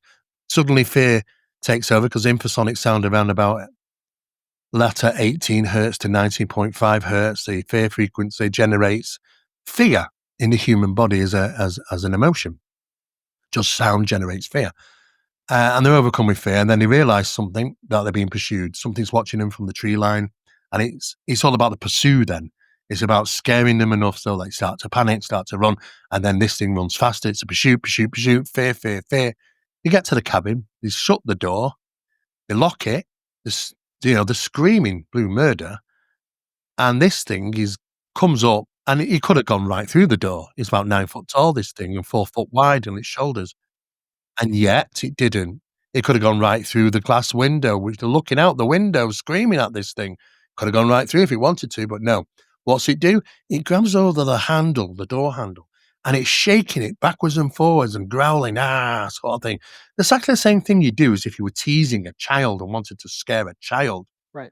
The father, with all the screaming from these two teenagers, the father wakes up, no nonsense guy, walks downstairs, says, "What's all this blooming noise?" They're screaming to him, Dad, don't open the door, don't open the door. No nonsense guy. He's not having any of that. He walks straight over to the door, unlocks it, opens it, and comes face to face with this thing. At that moment in time, there's a pause. He's staring at this thing, trying to work out what the hell am I looking at. This thing's just staring back at him. No movement for at least 2 or 3 seconds. And that's a long time when you're faced with these things. And then all it does is it runs off. It just scarpers and runs back to the forest line. It's like the game's up. It was all about the fear generation. It fascinates me about these cases that happen like this, and it seems that the thrill and what it wants to conclude is the obtaining of fear, as opposed from anything else. And that leads me to believe that any other time I would see this is in the poltergeist disturbances.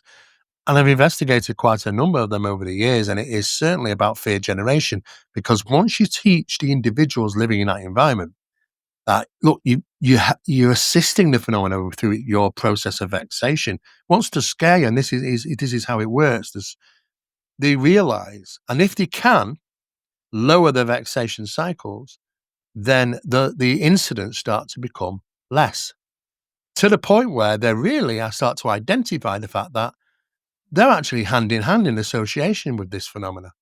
and which reinforces the fact that they can actually rid it. And in some cases, it has ridden. It's called starving the phenomena process. It's very difficult because you're dealing with people, and some people get so scared it's next to impossible sometimes to lower their vexation cycle.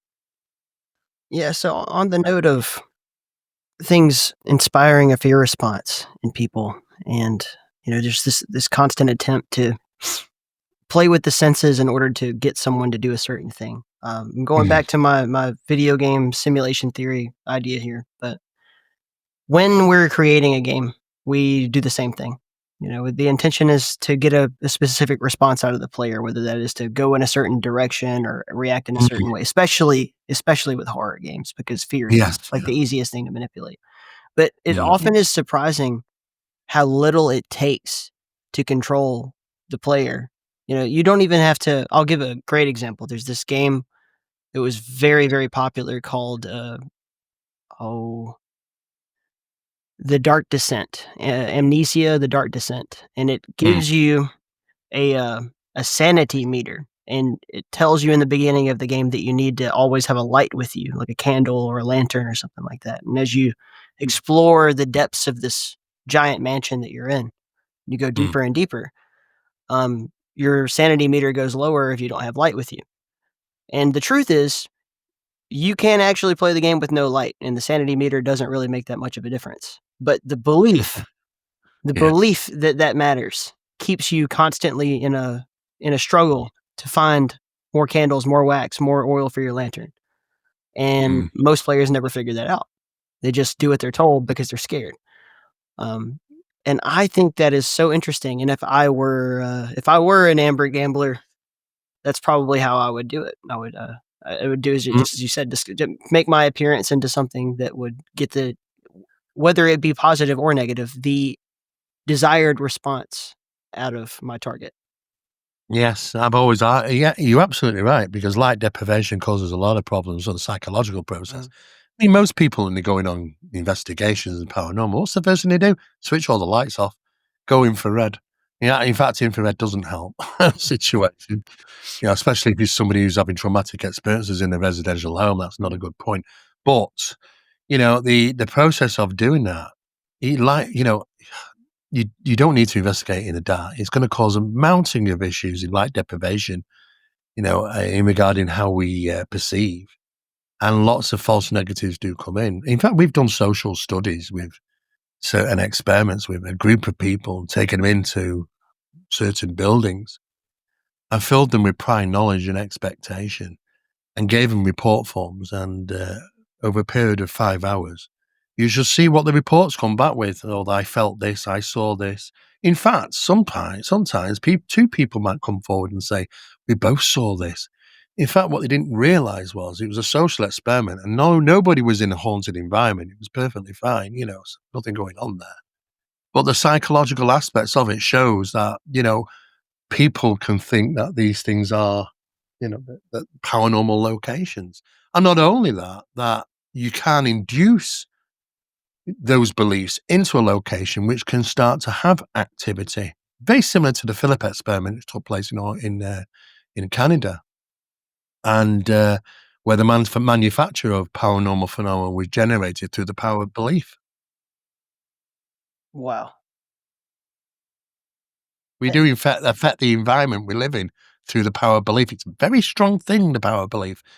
You can alter perceptions as well. And if you believe in something strong enough, but this has been going on for a long time. It was in the witchcraft area, we refer to as tulpas and stuff like that. But, it's the same process, really, bringing something into realism, into our reality. The conjuring process, should we say. There was a really, really good film made a couple of years ago. It was called Nefarious. And oh, yes. It was a good film. There's a psychologist who's basically been asked to ascertain whether or not a man who's on death row is insane or not. And the man himself purports to be possessed by a demon. And that movie has some of the best explanatory monologue and dialogue I think I've ever seen on the subject. It's done some incredible research for that movie. Oh, yeah. To say. Yeah. And the demon sort of approaches him from the point of view, he's like, well, Yeah, you're an atheist. What do you have to lose? You don't believe in any of this stuff. So what does it matter? And he's like, fine, come into me. And that's the moment. That's the Chekhov's gun of the film, where he's like, Yes, it is. you screwed up there. But so by assuming I don't believe in something and then inviting it in, you are therefore believing. You are giving the first layer of belief. And also there's That's it. Belief, yeah. You're absolutely right. and the demon even goes so far as to tell him point blank to his face. It's like, well, I don't need you to agree. I just need to get a series of yeses from you, small incremental steps until I got you under my thumb. The guy's just like, he's not having it. And yeah, I won't spoil the end of the movie, but it's so fantastic. It is an amazing film, and the more times you watch it, the more times you realize the plan and the accuracy of what was going on. Yeah, It is fascinating. But though I haven't ever been involved in sort of very dramatic things like that, I have been involved when some priests were called out to a house, right, and they did conduct a certain type of procedure with an individual, which I wasn't involved in. In fact, there was a very small priest, and I wanted to. When we were going up the stairs, he turned around and put his hand out, and he put his hand on my chest, and he said, "Are you coming into the?" I said, "Well, I was going to." And he said to me, he said, "Well, if you do, the devil will always know your name. You are aware of that, aren't you?" I went, "No." And I'm not daft. I didn't go in. I did not go in. Despite my wanting to, I thought better of it, and because there's no point being, macho about this. I've experienced things I'm glad I've not been involved in. Even when I had to say, look, this is out of my comfort zone, and walk away, I still experienced things. Even in the car I was sat in, there was the pens were moving around in the middle section where we put pens in the part of the car, and they were moving around on their own. So it's not for me. There are very, very extreme rarities where you come face to face with some of these things, and you think it's a little bit different aspect to the normal process of investigation. If you want to call it occult, supernatural, whatever, I think it's a management process, and I didn't want to get involved in that, especially when you've got family and friends. If you've got something to care about, I do know that, they can affect your life. I know about attachments. Bai is aware of that as well. And you have to draw a line somewhere. When people turn around and say, "Well, I've done this and I do that," and and I think to myself, we got family and you got friends, where's your limitation? And you should have, no matter how much anybody's been involved in this subject, how many years, you never rule out common sense. And when your body tells you to walk away, you walk away. It's as simple as that. Yeah, curiosity often kills the cat in the paranormal investigation. It does, really. I mean, even though I want to learn, I want to know more. I probably won't get all the answers, of course, but do I want to put myself in that position? I'd rather not. I didn't feel comfortable doing so I didn't, and I'm glad I didn't, but each and every person has their own limitations, I suppose. From a parapsychology standpoint, why do exorcisms work? Like, what's going on with that? Well, it's no different than the blessings, really. And, you get a bit mixed up, the terminology between blessings and exorcisms. The exercise, because somebody say, "Oh, we're exercising a house." Well, you don't exercise a house, you bless the house. And you exercise individuals to try and rid, the Vatican will say bad spirits or the devil or whatever. It's just references as far as I'm concerned. But they do get mixed up. Now, blessings of properties are about 12% successful. You don't hear about that. You think the Hollywood films will have you believe that it always works one way or another. Or you watch these TV shows. "Thank you for coming. The house is a lot better now." Da da da da da. They don't go back 3 months, 6 months, 12 months later to find out. But sometimes these lay low. They're clever. They evolve. They're not daft. They can lie low. They can make you think that they've gone. They can vacate for periods of time.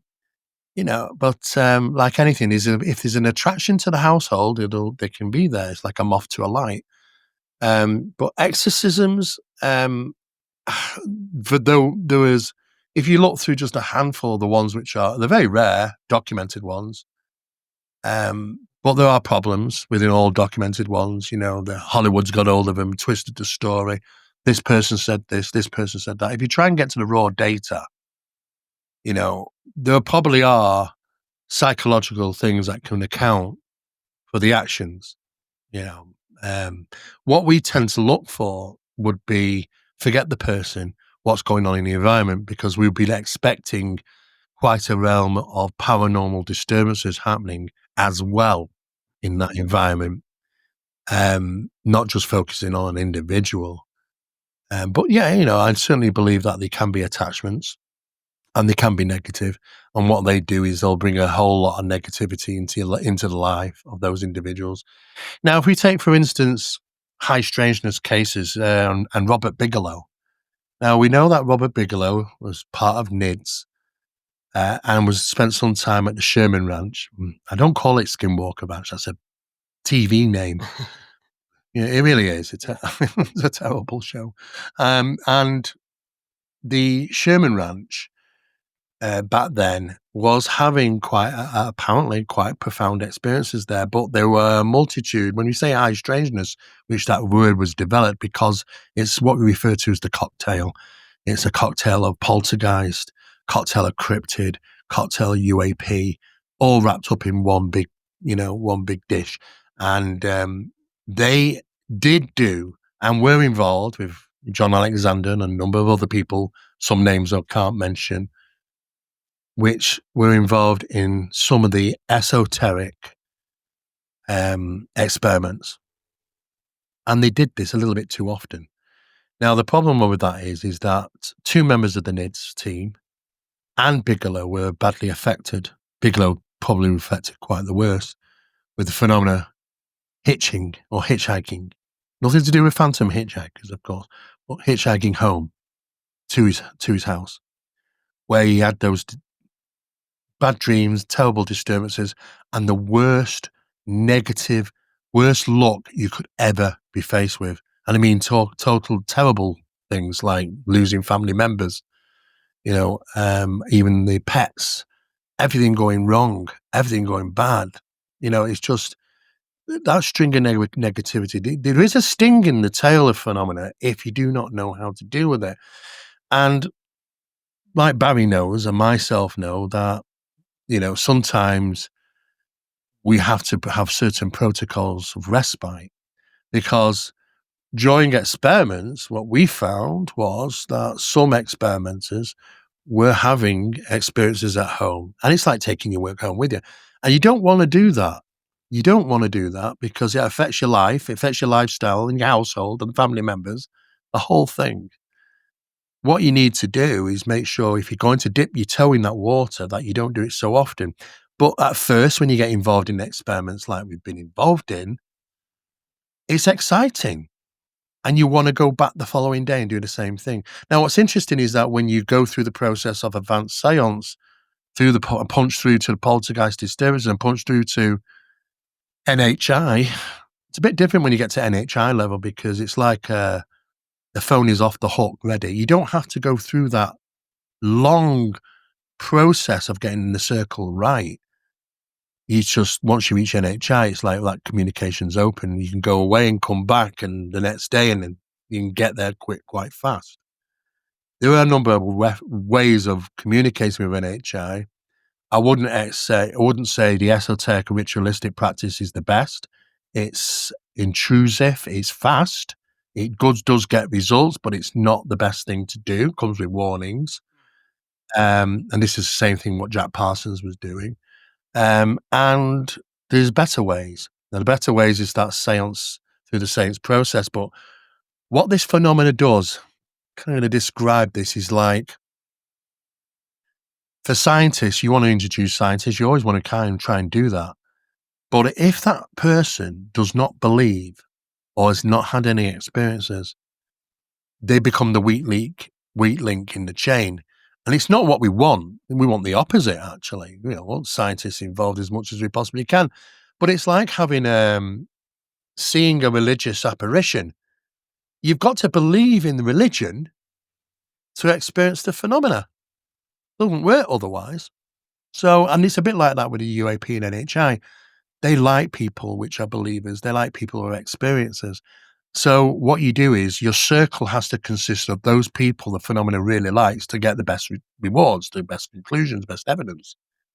But once you do that, NHI, the thing is that you've got to take respite. So respite protocols have to be wrote in because you can't go at it every day. You're going to start bringing things home. It's going to start attaching itself in some way. The phenomena like NHI strings things out. You might ask questions and it'll say things in a sense where it'll want you to come back and do it even more and more and more and more. And as you're doing that, you're not aware that the phenomena is actually getting under your skin a little. Then you start to take it back with you. And that's not a good thing to do. So respite protocols are important that you do, the 2 in 5 or, 3 in 7 or whatever. You don't do it every day because it can be problematic. Yeah, I've known a lot of my colleagues who, went off to war and then, the first taste of blood or whatever, the whole experience, and no matter how traumatic it is, they want to go back, they want to be involved. I had one friend who, God bless him, when they closed down Bagram Air Base, he cried because he was like, he'd spent 6 months of every year of his life for quite a long time there. He's like, it's like they shut down my home. I can't fall asleep at night without the sound of mortars going off in the background. And it's the same thing with paranormal investigation. Yes. You get addicted to the thrill of it. And it can. You do. It Well, that's the trap. That's the problem. Yeah. Because he's like that finger saying, come on, come closer and come closer. And what you don't realize is that, certain attachments can happen. And this is what happened to Bigelow. Bigelow's confessed this. He actually did a series of interviews with researcher and news host for Mystery Wire.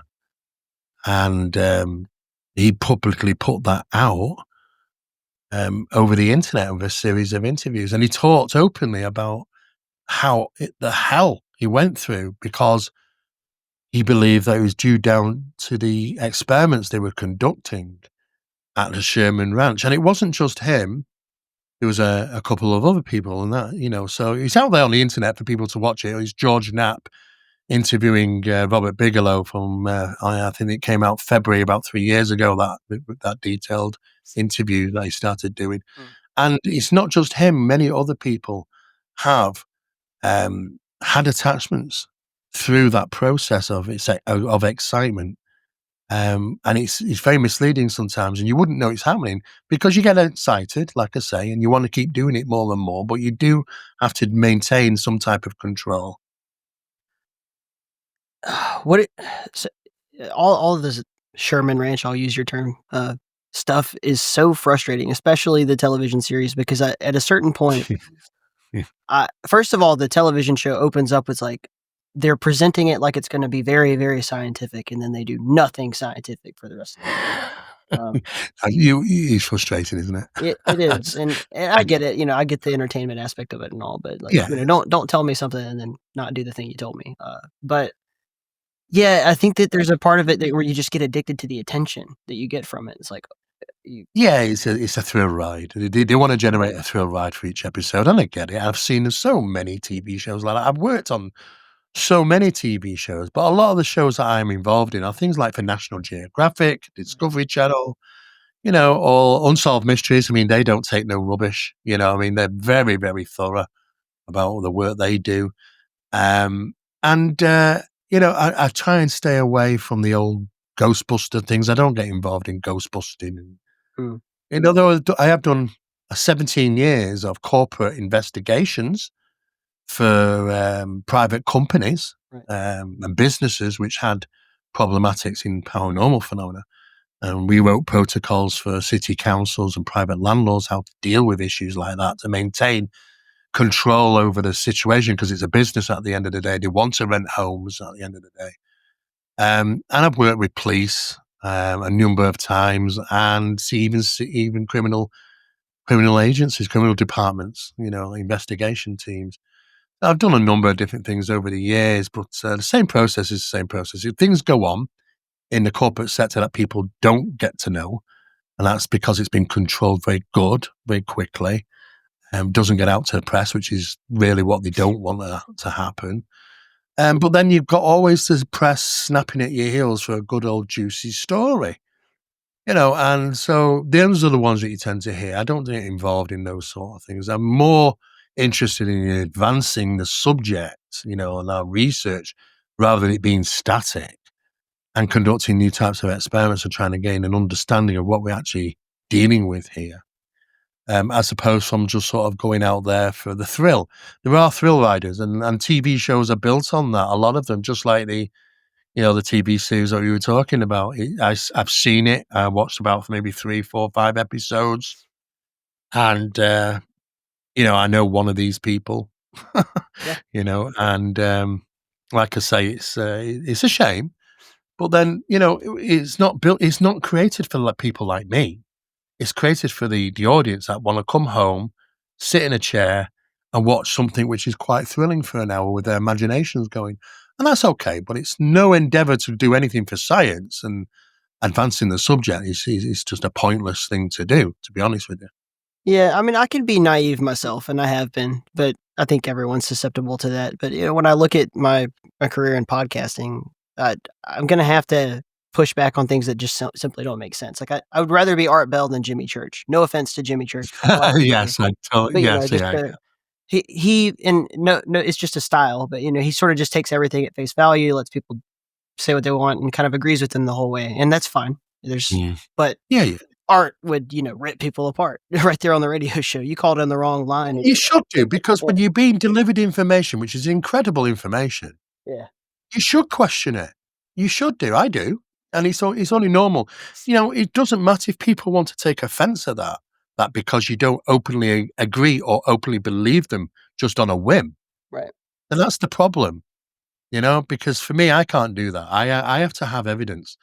Though that I get to lecture all over the world, and and I go to these conventions. I see a lot of people which are talking about certain things, and there's a shred of evidence presented. It's a fanciful story. It's interesting, yes. But for me, I've become a bit long in the tooth now for that. I kind of say, well, okay, where's the evidence? And I'd rather spend my time, dealing with good research and good evidence, and my circle of people that I work with and talk with are people which will specify that type of work, and provide the evidence and things like that. And that's worthy to me, because there's something to grab hold of rather than just a fanciful story. But don't get me wrong, just because somebody can't provide evidence doesn't necessarily mean it didn't happen. It's just, for me, I would rather spend time, where there's evidential stuff there, to be honest. Yeah, Jacques Vallée talked a lot about that, where there are all these different cases that he's like, I could work on anything I want, I could be here and there, could work with the government, all this sort of thing, but it's just like, when I think about how do I want to spend my time, it's just so much better to be on the ground talking to eyewitnesses and going to the sites and seeing what the actual evidence is than it is to just deal with theoretics all day long. Well, exactly. I mean, I've worked with Jacques Vallée a few times, and he's an exceptional mind. He really is. And he's well ahead of his time. He's a pioneer, actually, in regarding what we're talking about now compared to years ago, what he came up with. He was the first pioneer of these ideas and theories, and I think he's absolutely spot on, well ahead of his time. But I worked with him regarding the documentary Witnessed, which I was official spokesman for. Also the promotion and spokesman for Trinity, the book that he did with Paula Harris. So yeah, it's fascinating. There are individuals I put on my top shelf, and some of them are involved at the high level think tanks, and some of which I've been involved in the same place I've been, where I go to have my think tank. So it's minds like that can think outside the box, which achieve, because that's the first thing you got to understand, is that don't limit yourself in your process of reality and thinking. It's outside the box sometimes. And that's when you start to gain a better understanding sometimes, because you've not got the rigidity your back's not up against the wall because you daren't push forward. You've got to push forward. And now we have scientists, we have academics, coming forward and assisting in regarding their speciality. And it's a good time now because we have more scientists coming forward and assisting than ever before, to be honest with you. But at the same time, it's delicate. I mean, just for an example, the process of UAP, when ATIP came out and the discussions, the TTSA as well, to the Stars Academy, listing the three methods of travel. And they said these objects can travel in space, can travel underwater, travel in the sky, is transmedium. The bottom line is, though, when I'm at the think tanks and discussing these things with people, is that I make a point of saying there's one left out. It's quad medium, actually, because these objects can travel through solid matter. Right. And boy, were they aware of that. But they wouldn't put it out there. And I said, well, why was it retracted? Why is it not quad medium? Why are you putting transmedium out? And they said to me that they couldn't do that because they want to try and have scientists come forward and assist. And that's a great thing. But to open up that door of physics and drop that on the lap might scare some away. And they didn't want to do that. So they're going to leave that to a later date. They'll get into the quad medium capabilities of UAP at some stage, probably next year. But at this time, we're just trying to deal with transmedium, let alone the quad medium capabilities. Yeah, there's also the argument for incremental steps to try to understand something. Like, can we even get to this before we move on to that? And I think that the Kabbalists set it down in terms of just like the truth is sort of at the intersection between intuition and reason. You can't have just one or the other. If you try to reason your way out of everything without thinking with your heart, you won't get anywhere. And if you try to only think intuitively and never reason with anything, then you can end up down all kinds of fun little rabbit holes that many of my friends and even myself at times have gone down. Yes, absolutely. Totally agree. Think of Ingo Swann and his work with we talked about Jacques Vallée already, but just the scientific approach to remote viewing was so fascinating and so real. You can't even really disprove that it's a phenomenon at this point. It's just more like explaining what is it, how do they do that. But it's all about balancing your intuition with your. Well, it's like what I was saying, Tyler. It's that transition is to expanded consciousness to get out of the box we live in. And that can be through remote viewing. Your expanded consciousness gets out of the realm of that reality that we're stuck in to the outside source. And once you're outside there, then you realize what true capabilities are capable. But we got to be able to do that. And there are a number of different methods. Many years ago, a lot of people were doing psychedelics to do that. I would never suggest anybody do psychedelics, of course, because there are downsides. It could be dangerous. But it was introduced as a process of ritualistic communication with these entities, these NHI. The better process is, of course, we've had it through witchcraft and occult practices, ritualistic and esoteric, and also through more modern times, we had it through experiments, through science, like Skull experiment and many others, where small UFOs, the size of dinner plates, were seen, proper unidentified objects firing lights down onto the table, sometimes banging on the table as they move along, bum, bum, bum, and then going through the table and coming up through the table and then bouncing on the table again, bum, bum, bum, demonstrating metaphysicality, of course, which you'd like to do. And then obviously we got into the C5 stuff. Now, that's the conjuring of the phenomena. It is basically, that's all it is. Having 5 people round a seance table, mediums, and trying to conjure phenomena to appear is no different than having 5 meditators sat on a beach and trying to see if a UFO will appear in the sky. It's the same process, conjuring the phenomena. And of course, a little bit more control state, better was HICE, human interaction, contact experiences, and that was a bit more controlled. But rather than you just dealing with random people coming to the circle, you're dealing with people who are experiencers and stuff, and that you do get a better response from the phenomena. And then I know the modern thing that they're all talking about, which actually has been going on for quite some time, is the PCs, is the psionic circles. And again, it's a more precise way of dealing with it, but kept in the secrecy, of course, with those operations. But it's all the same thing, basically. It's just achieving better results through different practices of it. But it's been going on for a long time to get to that other outside area, that expanded consciousness. And you're finding that it's not about the physical nuts and bolts, it's about what you can achieve with consciousness. And this is how the phenomena seemingly like to interact with individuals in that manner. Somewhere along the line, the order of operations got flipped around, whereas now I think a lot of people assume that consciousness is like the several steps along the road of perception. Like, you're an animal with base, reptilian brain thoughts, and then you progress up and up and up, and then eventually you get to consciousness. Whereas I would posit that consciousness is at the bottom of that pyramid, and everything was an idea before it was a reality. The desk that I'm looking at right now, this computer, they were all ideas before they became physical objects. Yes. And Yes. I don't think that's such a stretch, but obviously we It can isn't. reprogram people to think this way again. It's very, very difficult. I mean, this is what the when I talk to sorry about that. Mhm.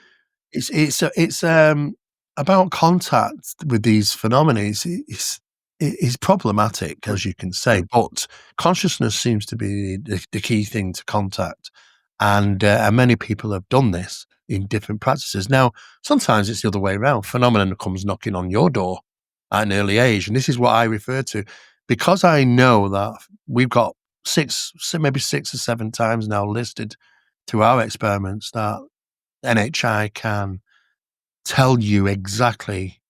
The longest time we've got is 19 months logged down into the future, where you are, what you're doing, precision.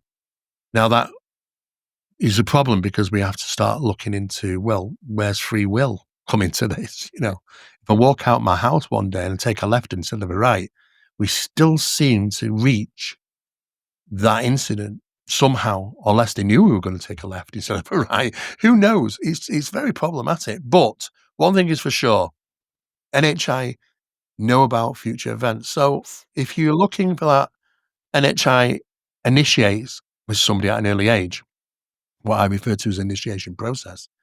How do we know that they could see 25 years into the future and know that through this experience that you're having now, you're going to be talking to 5,000 people in 25 years' time and putting our word out, doing the job for them?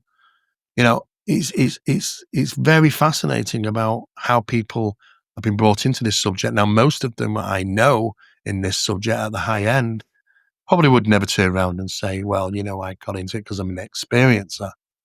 I would assume most of them are.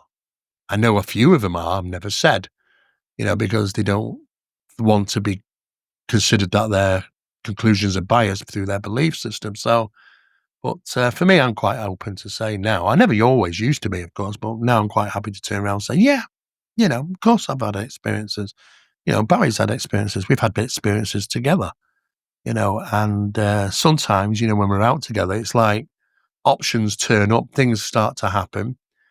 I used to joke with, it's like joking with him saying it's two for the price of one here, but it's just the way they are. And I don't know why, but the phenomena interacts with certain people. And when we conduct the research, we've been very successful in places. Barry's done exceptional work, which I've been privy to.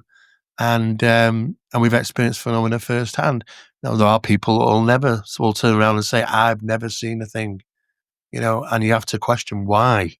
Why is that? And I do believe there are reasons why people don't experience phenomena. The CE5 thing, every description of it sounds plausible in that many other people in different scenarios have reported seeing exactly the same thing, experiencing exactly the same thing. Many of Barry's and your stories corroborate with stuff that Dr. Greer has talked about or even shown in his documentaries and everything. But I think it's the way that it's presented that turns people off. It is the way it's presented. Yeah, it is. Yeah. It comes across like it's this almost, not to say it isn't spiritual, but like a religious practice Like if you just believe in Yes. this thing, then it will, come to you, and it's all good. That's the other scary part of it. Well, that's the biggest problem at all. But we don't get me wrong. I mean, myself and Barry have lectured in the Bible Belt areas, I grew up there. the US, Yeah. and I mean, we've reduced people to tears Mm. and not been invited back. But we it wasn't because we were all negative. We're just saying for what it is. That we have to express caution when we're thrown to the wind. When dealing with this phenomena, we don't know what we're going to experience. There are people who have had terrible experiences. There are some people which have good experiences, enlightening experiences. That's okay. Because the phenomena is an agenda. It has its own agenda to do what it wants. Some of them are going to do things that you might perceive to be, that was an okay experience, and enlightening and educational. Others, not so much. I mean, if certain factions have got certain agendas to do, they're going to go about the business. But you don't know. It's a toss of a coin. Especially if you're intrusive to their areas, our research that we've done together, myself and Barry, Barry's been able to pinpoint areas of, high strangeness where phenomena would manifest. But like anybody in the science, you've got to do it the other way around. You've got to prove your hypothesis. So you end up having to go and travel to these places up on the top of mountains and desert hillsides and whatever. And when you experience it firsthand, then you realize that the data within your research is accountable, because it's proven on both sides. The hypothesis has been proven. And it's no longer a hypothesis, it becomes conclusive evidence. And we've done this time and time again. And you can experience phenomena first time, but it can be intrusive. Sometimes they don't like you there. Sometimes it's like, well, what are you doing here? Because a lot of places are where there is no footfall of humankind in places like this. They're left going about their business, and then suddenly we turn up and are doing our stuff, and then all of a sudden, they kind of appear and interact in certain numerous ways. Sometimes okay, sometimes not good. Sometimes we've hot skirted it out of there. To be honest with you, we've had to, because we know that it's leading to somewhere where we don't want to go. So sometimes we've had to just scoot scoot off. Sometimes we've overstayed our welcome. Are you familiar with Dr. J. Allen Hynek? That Mm-hmm. Yeah. One of our Patreon supporters wrote in and asked, what did you think of his work, and especially the UFO experience and the project? Well, Hynek was a great guy. Well, unfortunately, he worked for the US government, and he was involved in sometimes, I'll be honest, dampening things down because he was pressured from the government. However, the more he did this, the more rebellious he became. He didn't like this. He didn't like working under the thumb of the government. And he knew a lot more than he could ever say. And this is why when he left, he opened up the Centre for UFO Studies, because he wanted to make sure that he gets the good information out. Now, I was aware of that early on. And in a special number 14 project report meeting he had for the Project Blue Book, he stipulated in that private meeting that his evidence, this is what he said, his evidence does not support that these things are extraterrestrial in origin, which is fascinating, what people don't get to hear very often. Hynek saying he didn't think that they were extraterrestrial, these real things. In fact, he got shunned considerably for that, and ended up going working with Jacques Vallée for a number of years, who also had been shunned for his opinions, surprisingly. And they worked together consistently for quite some time. So I have, he's a founder of the investigation process. Of course, Project Blue Book was damning in regarding real investigation. I've got everything of Project Blue Book. It's huge files I've got. And I looked through the reports, and the report forms look like a 12-year-old sometimes has wrote them out. Terrible, terrible questions not even asked, and which are on the report forms. And I'm aware that there was a lot of showmanship regarding Project Blue Book, even prior to Hynek being initially involved. And they'd reach out to the press and say, "Oh, we're going off to see Mrs. Brown today." And the press would be there when they turn up at Mrs. Brown's to make them look good as they get out in their sharp, nice suits and the satchels and when you're looking to do a really good job, when in fact it was just it was just for public. The public demanded that we look into the UFO phenomena, and they just did it for the public. I mean, Project Blue Book was run from a very small room, one table, a desk, and some things on the wall, and one filing cabinet. That was it. For a whole big operation like that. And 12,612 cases or something like that with 701 unknowns. I believe there's more than that, but and the true statistics we'll never find out. But with Mrs. Brown, we would turn around and say the compartmentalization was happening then. Mrs. Brown said, we were followed home by this UFO in the sky. We were panicking. We got to the farmhouse, and then it kind of disappeared some time later. But then it was strange because the following week, we had all this strange paranormal stuff going on in the house or poltergeist things. And of course, they turn around and say, hang on, Mrs. Brown, just stick to the facts on the UFO, please. No ghosty stuff. Compartmentalization was happening back then. This is the problem why we ended up going down this path. The controlling the narrative in a sense of speaking. But I'm very fond of his work. I'm aware of his son. I've met his son.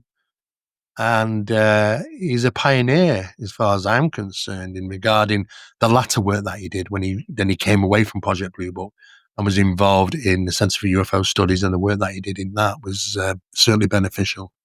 You're listening to KEEP in the Keep.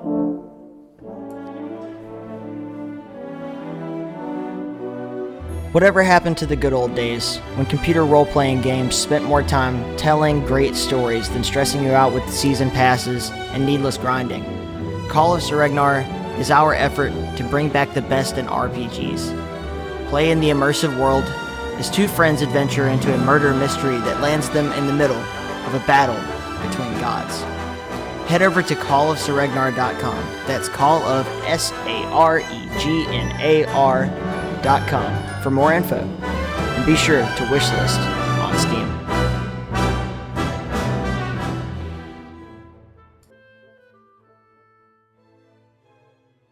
On the writing of the accounts in those files, I will comment that if you're expecting a MP or security forces from the Army or the Air Force, you're to be solid journalistic writing, look elsewhere. But yeah, exactly. But I will say on behalf of my old job with the U.S. Air Force, that we are exceptionally good at spreading propaganda.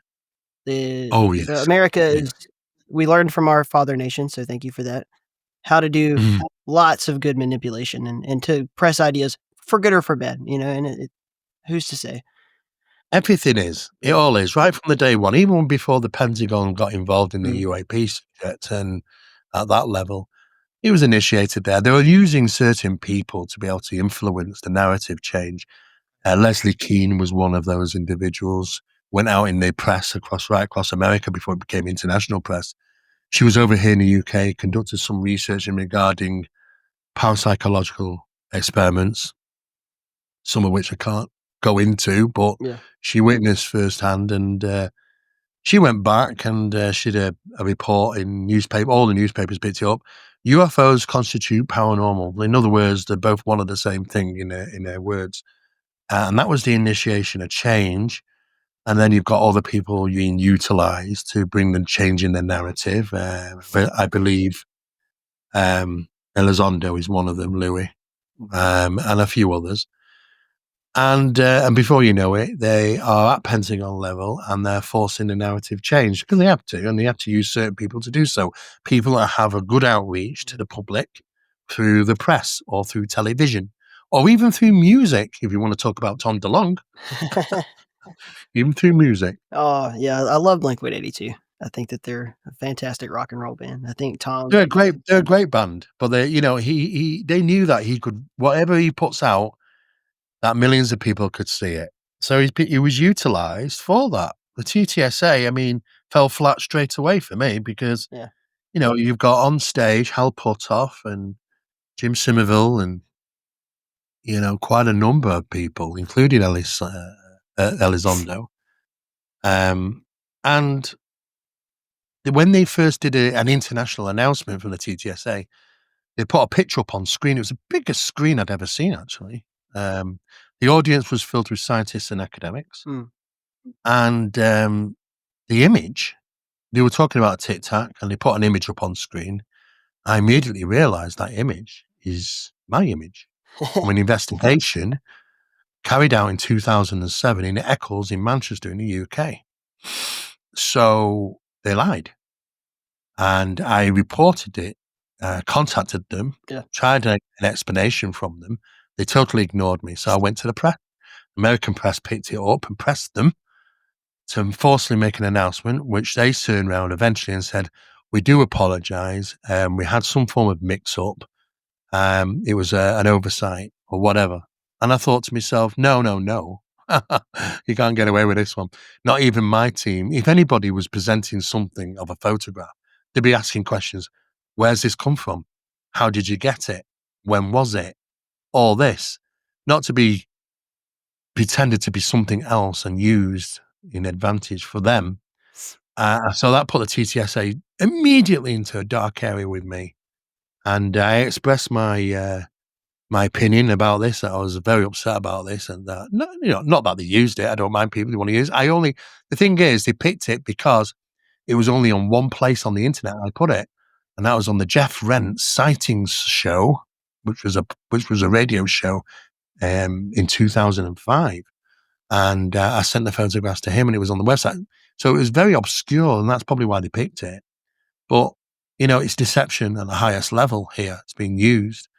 And quite clearly, nobody at that level should ever make a mistake like that. And yet it was done on purpose and without any explanation. So I knew back then that, you got to be really careful about who's at the steering wheel of the public and the media and how truthful they're actually being. Because at the end of the day, you can never really trust anyone, to be honest with you, regarding the absolute truth.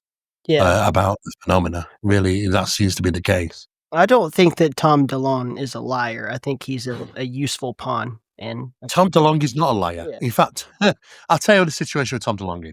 Tom DeLonge got himself into circles and he knows stuff. Maybe he shouldn't have known it because he can't keep his mouth shut. He lets people know and he says things, sometimes embarrassing the hierarchy that work with him because he doesn't keep secrets very well. We found that the work myself and Barry's done in Project Doorway seeped into, he's aware of our work, Tom, seeped into his movie that he did, which came out on Netflix, I believe. It's our work, but look, we don't care. We don't mind. The whole point is we want our work out there. We need to change the process of how we think about the phenomena and advance the subject. So we don't mind it being out there. We don't have no issues people wanting to put it out, but I believe he's kind of been used as a bit of a stooge, unfortunately. But at the end of the day, he's been absolutely honest. He's made some opinions about some things which are absolutely incorrect, about pieces of footage which was clearly faked and hoaxed and well known to have been. Which he said, I believe this is real. And that's just because he's no professional in that. He's not a professional right across the whole board. So he's going to make mistakes. Yeah, understandable. And it is just simply a mistake. But I do believe his sincerity to what he's been doing is absolute. I think he's just being used, though, by other people sometimes. Yeah. I remember it was a couple of years ago when the U.S. government had the press conference where some of the pilots that had experienced things were talking in front of Congress and giving their reports and everything. And I was in Denmark, and my boss had it on this big TV, and he was all excited and everything. And of course he should be. And Tom DeLonge was there, and he's watching it. And he's like, "What do you think? What do you think?" If you've been in the Air Force, everybody thinks that you know stuff you don't, all that kind of stuff. But I mean, what I do know is what a false flag operation looks like. And that is my honest opinion of what's going on with that entire operation. That is a false flag. There's a lot of that. Yeah, there's so much of that, Tyler. I mean, if we take in consideration the stealth fighter, the F-117A Nighthawk, which is his original name, manufactured and flown by Lockheed in 1973 and 74, popularly, out of the sight of, it was over military facilities and military grounds where people just the general public wouldn't see it. Now, the Starfighter was an incredible aircraft. It's super fast. I mean, it outruns the stealth fighter easily, but the stealth fighter, regarding its maneuverability and its invisibility to radar systems, is a big issue. Now, the Starfighter pilots were pitted against this unknowingly in 1974. The Starfighter pilots went, "Oh my God, what is this?" They didn't even know. They wasn't told that the Nighthawks were going to turn up. They just did. And it's like when you're in the army, I suppose, and the military, and you go on a 12-mile hike through a forest, and Company B jumps out on you. You're not going to get told they are, because they want a live scenario. They want to see how you deal with it. That's the same thing for the pilots. Now, myself and Bo were the first ones to come forward to talk about the Tic Tac phenomena. And we believe the Tic Tac phenomenon is American defense engineered. It's advanced technology. We were the first ones to come forward through things we knew, to be honest. Let's just say that. And we got punished for saying that, because they said, no way, this, that, and the other, it's fine, okay. And raised eyebrows and, but we just thought all we can do now is just sit and wait and let it unfold. And where we are currently now is that we have 6 military people, well-established, high-ranking military people, that are saying that this is defense contract technology, the Tic Tac, and that the pilots were pitted against them on purpose. That's why they were told not to fire upon them. That's why only 45 minutes later or something like that the people turned up on the aircraft carriers and to remove all the data. That's why they didn't tell the pilots not to talk about it, like they always have done when it's a true phenomenon in the past. They wanted it out. And the pilots are going to scream UFO, aren't they? Because pilots become naive to think that they know it all. Now, I'm lucky enough to Pilot have a relative. stands for poor intelligence, lots of training. Well, it's true. And I don't blame them, because I have a relative in my family who was a Top Gun trainer. He was a trainer for a while in Top Gun. And he knew about certain things. But like I say, he said, look, we're just pilots. Don't think that we know it all. Sometimes there's things going on and we don't know. We just don't tell us. And now, even at Pentagon level, we've got people who are being invited into closed room skiff meetings with Arrow, the Pentagon UFO program, and being told that the Tic Tac is American defense advanced technology. Now, the advanced technology drones is not just open for the US, it's the same for Russia and the same for China. They've got them, and they've been utilizing them for a long time.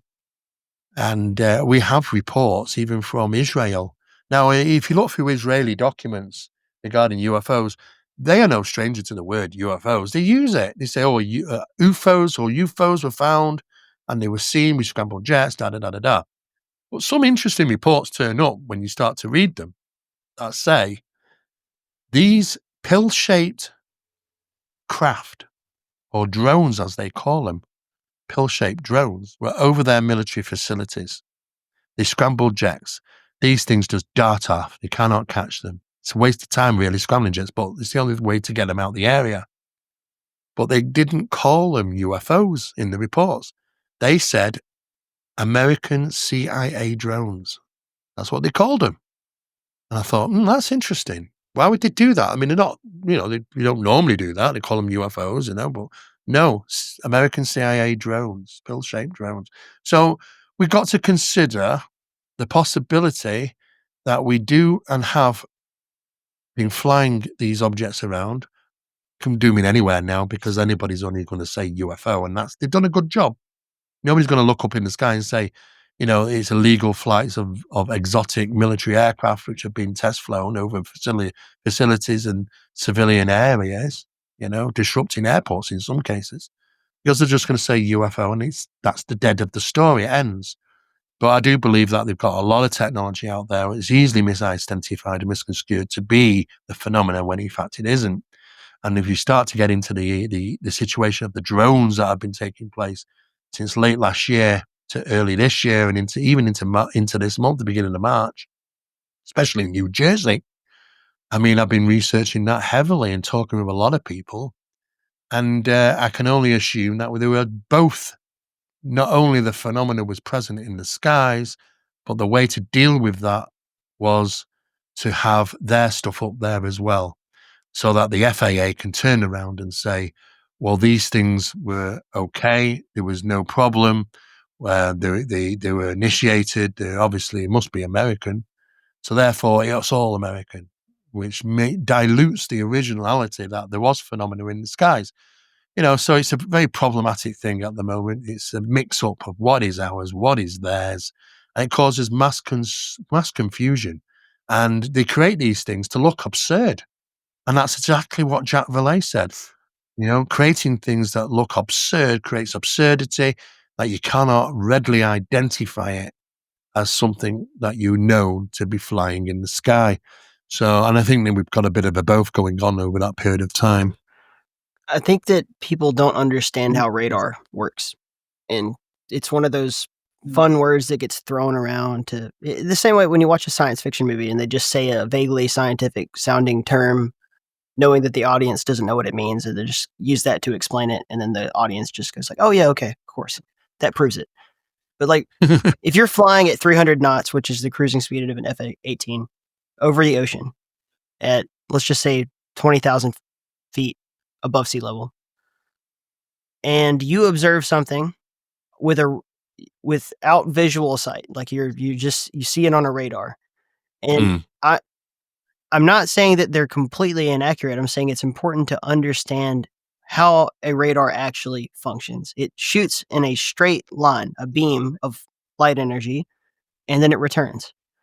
And if something is moving in a curve, or if something's moving perpendicular to the radar as opposed to straight towards the radar, you can get very, very different readings. You could see it move and not be able to calculate its actual movement speed, because if it's moving at an angle to the radar, it's not going to be. If I shoot a beam at it and it comes right back and then it's moved significantly closer to me in a straight line, and I shot another beam at it, now I can calculate its movement speed.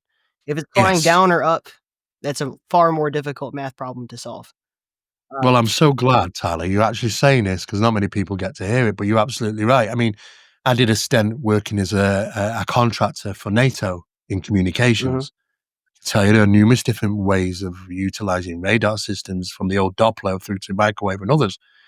And some aren't in the public domain now yet. But what I can say is, when they're utilizing forward infrared looking cameras on their aircraft, we've got to take in consideration, sometimes we're just seeing the heat disperse around something, not the object, but the heat around it, which can be various shapes of heat. The heat can extend quite far in certain shapes and order, not necessarily as the craft in that shape, whatever it be.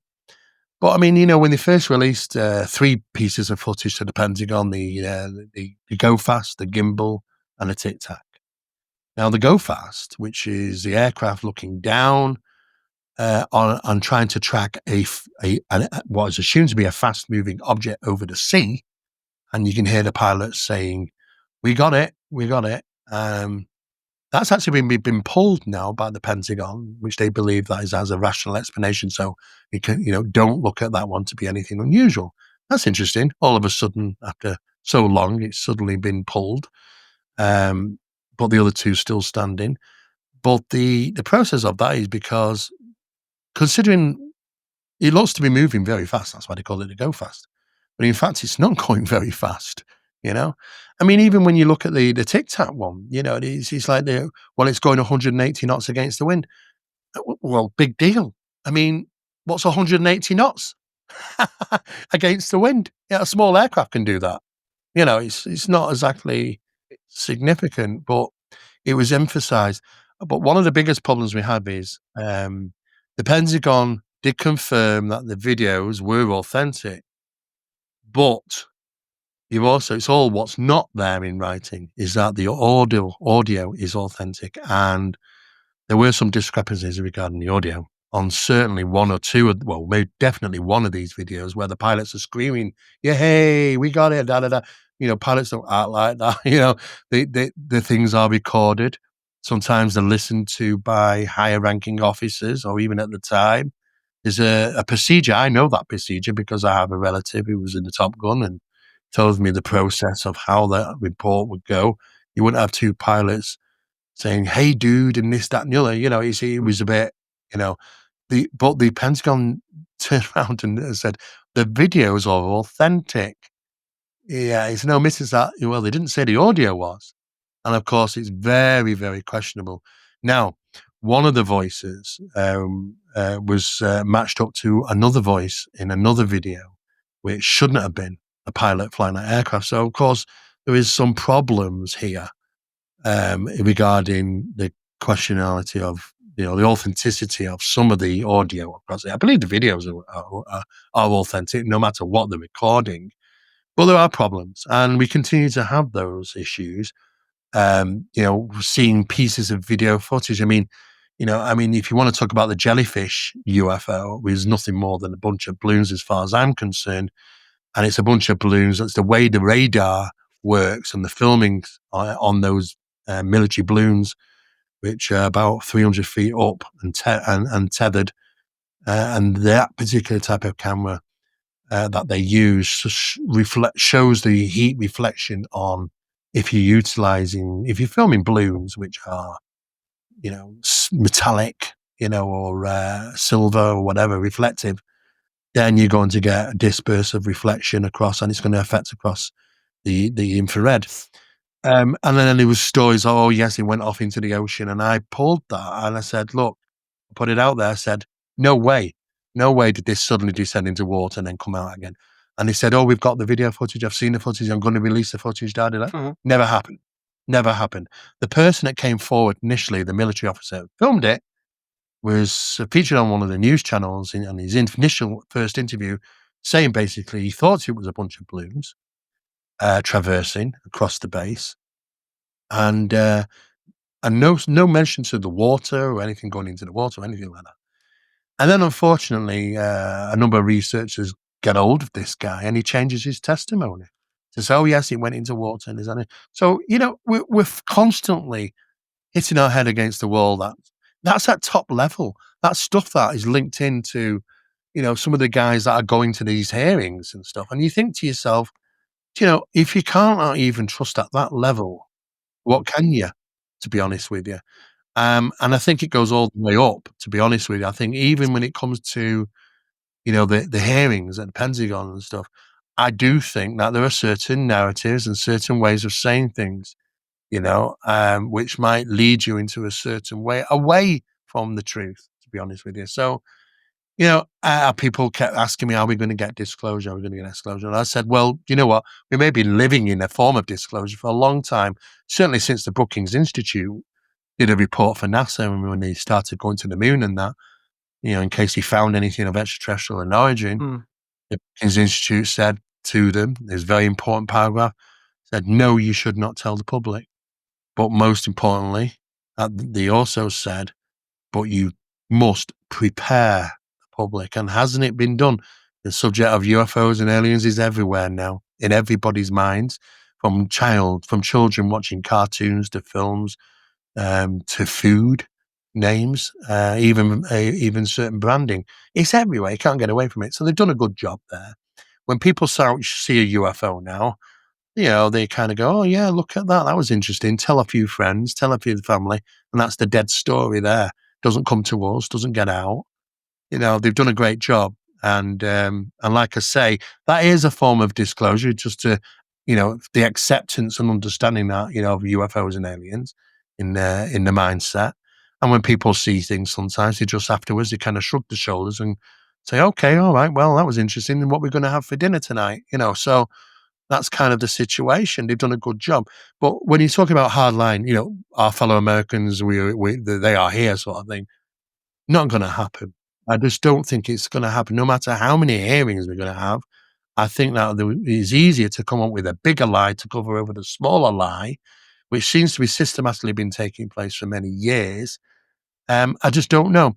Something will have to force the issue, and I don't think it's down to that. I think it's down to them. I think the phenomenon itself can only force the issue to disclosure. Just don't think we'll ever pry it out from the US government, to be honest with you. Yeah, it's I mean, as of the day that we were recording this is the 20th of March, 2025. I mean, yesterday the CIA headquarters were, surrounded by police and SWAT, and the Kennedy papers have come out. People, Yeah. have their opinions about what the two may mean together, if anything. But I don't know if we're ever gonna get like full disclosure. We're gonna get nuggets when it's convenient, I think. Well, it's so easy to put national security stamps on stuff. That's the problem. Yeah. Whoever made that up, because if you don't want it out, all they do is report national security. They don't tell you what the national security is for. They'll just redact it. Right. So you end up with a piece of paper and it's mostly redacted and say, I'm sorry, we couldn't share that information with you because of national security. Well, what national security? Oh, I'm sorry, but we can't tell you that because that'll be really relinquishing the national security. Yeah. It's like, oh, well, that's it then. Bang your head against the wall. You're not going to get it.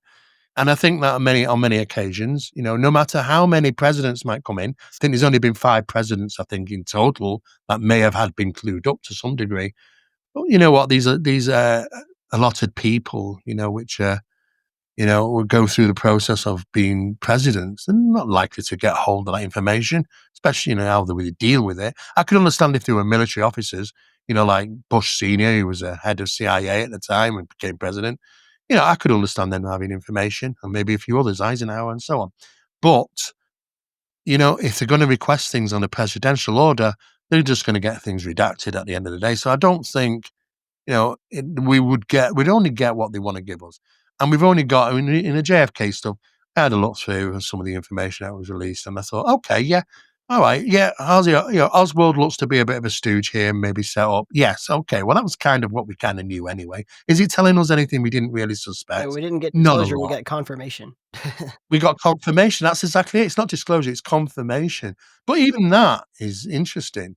Well, because so much time has passed on and people who dealt with that are not even here anymore, it's problematic. But and I think probably there'd still be redacted stuff, to be honest. Or they just don't release information. Like, you think you got it all and you just tell us that you've got it.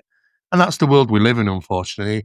And if you think something about the UFO phenomena, which I like to call it UFO, because UAP is just, I don't know, it's just changing the narrative name. Forget the last 78 years. It doesn't exist. And I think to myself, we're dealing with something here, which is like, it's like the atom bomb on steroids in regarding secrecy. And we think that we're just going to get given it. There's a lot of accountability over the last 78 years to stand up for, including people that may have been taken out because they shouldn't have known or they saw something or been in the wrong place or they weren't playing the government game. Either way, it's so difficult to have what we refer to as that grand disclosure because the complications are so severe, I think.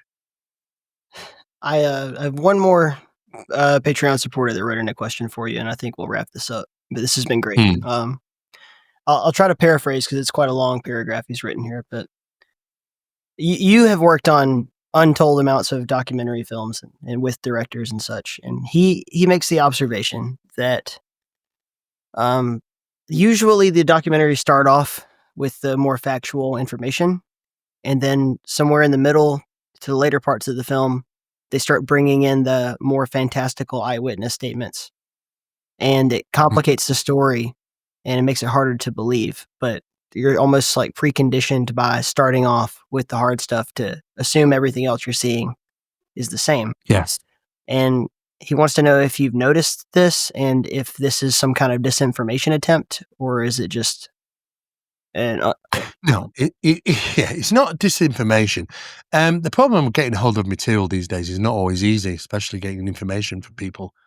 However, I do know how it all works in regarding. These are the situation of grabbers, what I refer to as grabbers. These are the vital parts of the story which are the most significant, which you get to see first. Because it's about hooking your audience. Everything's about entertainment. It's about hooking your audience and keeping them viewing as long as you possibly can.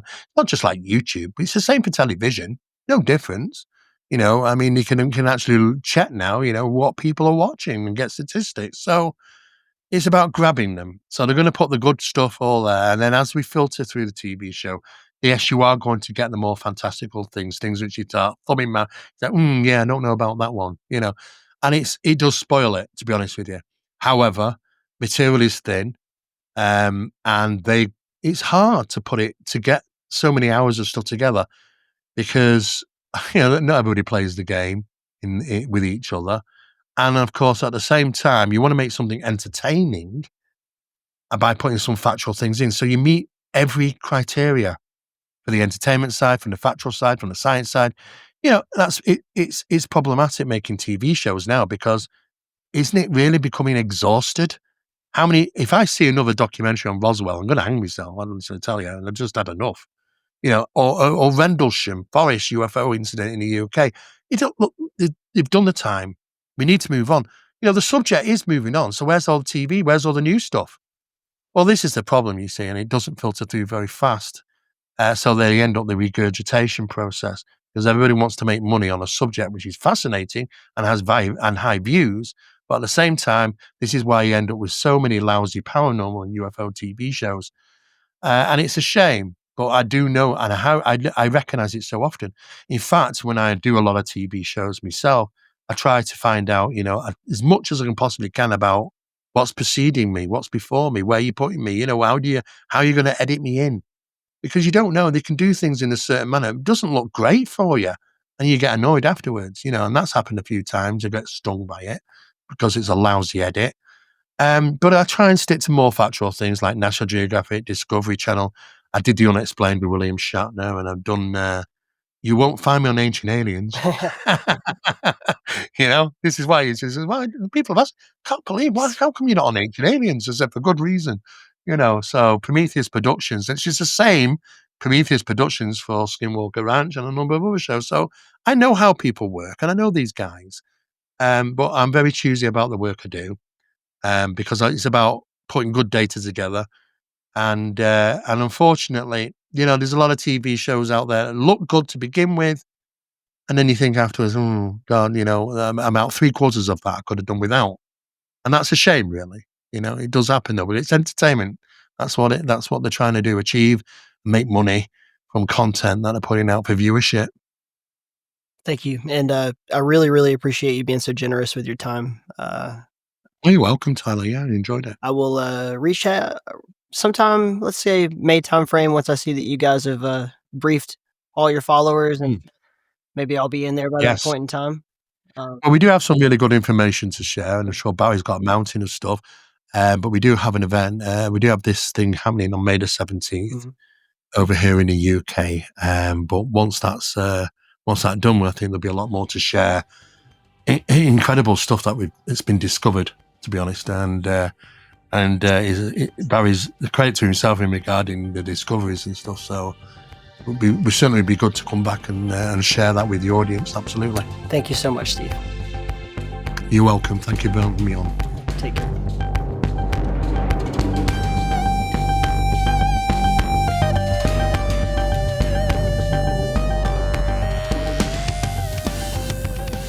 Wow. Thank you so much to Steve Mera for coming on the podcast, and to Barry Fitzgerald for making the recommendation and the connection and everything. If you haven't already heard our interview with Barry Fitzgerald, I definitely recommend you do so. It's just a couple weeks back in the log, and I want to thank all of the people who have helped make this happen, our Patreon supporters. Y'all rule. Seriously, oh my God, I can't believe we made it this far. It's been over since 2019, January 2019, so going on 6 years of doing this thing, and look how far we've come. And a lot of that is to do with y'all. I also thank everybody at In the Keep, whether that be the Game Studio Productions, people who have just helped put the community in general, you're amazing. If you would like to support this show, you can in thekeep.com support tab. There's Patreon, of course. That's definitely preferred, but there are lots of other ways you can make donations. You can, I think you can do the buy me a coffee thing. You can buy me a book. That's always on the table. I love books. And if you haven't noticed already, all of our articles that I'm posting, they have book recommendations in them, so that if you want to buy one that we talk about during the show, it's there. As well as show notes, full transcripts, a little bit more about our guests, whatever you need. I love you. God love you. Stay in the keep.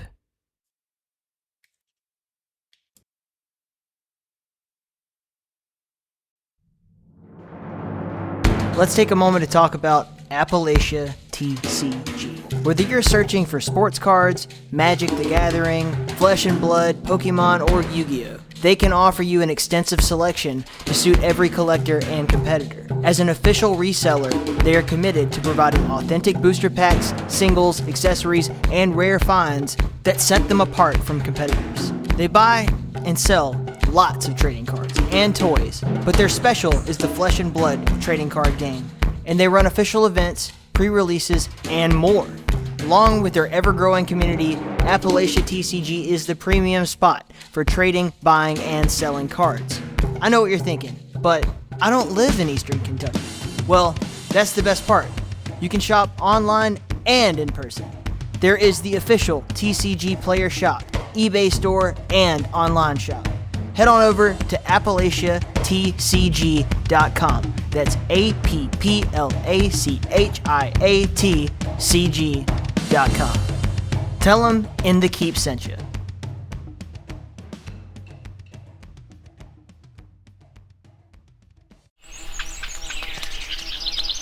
Hi, I'm Ben, host of the Field and Foley podcast.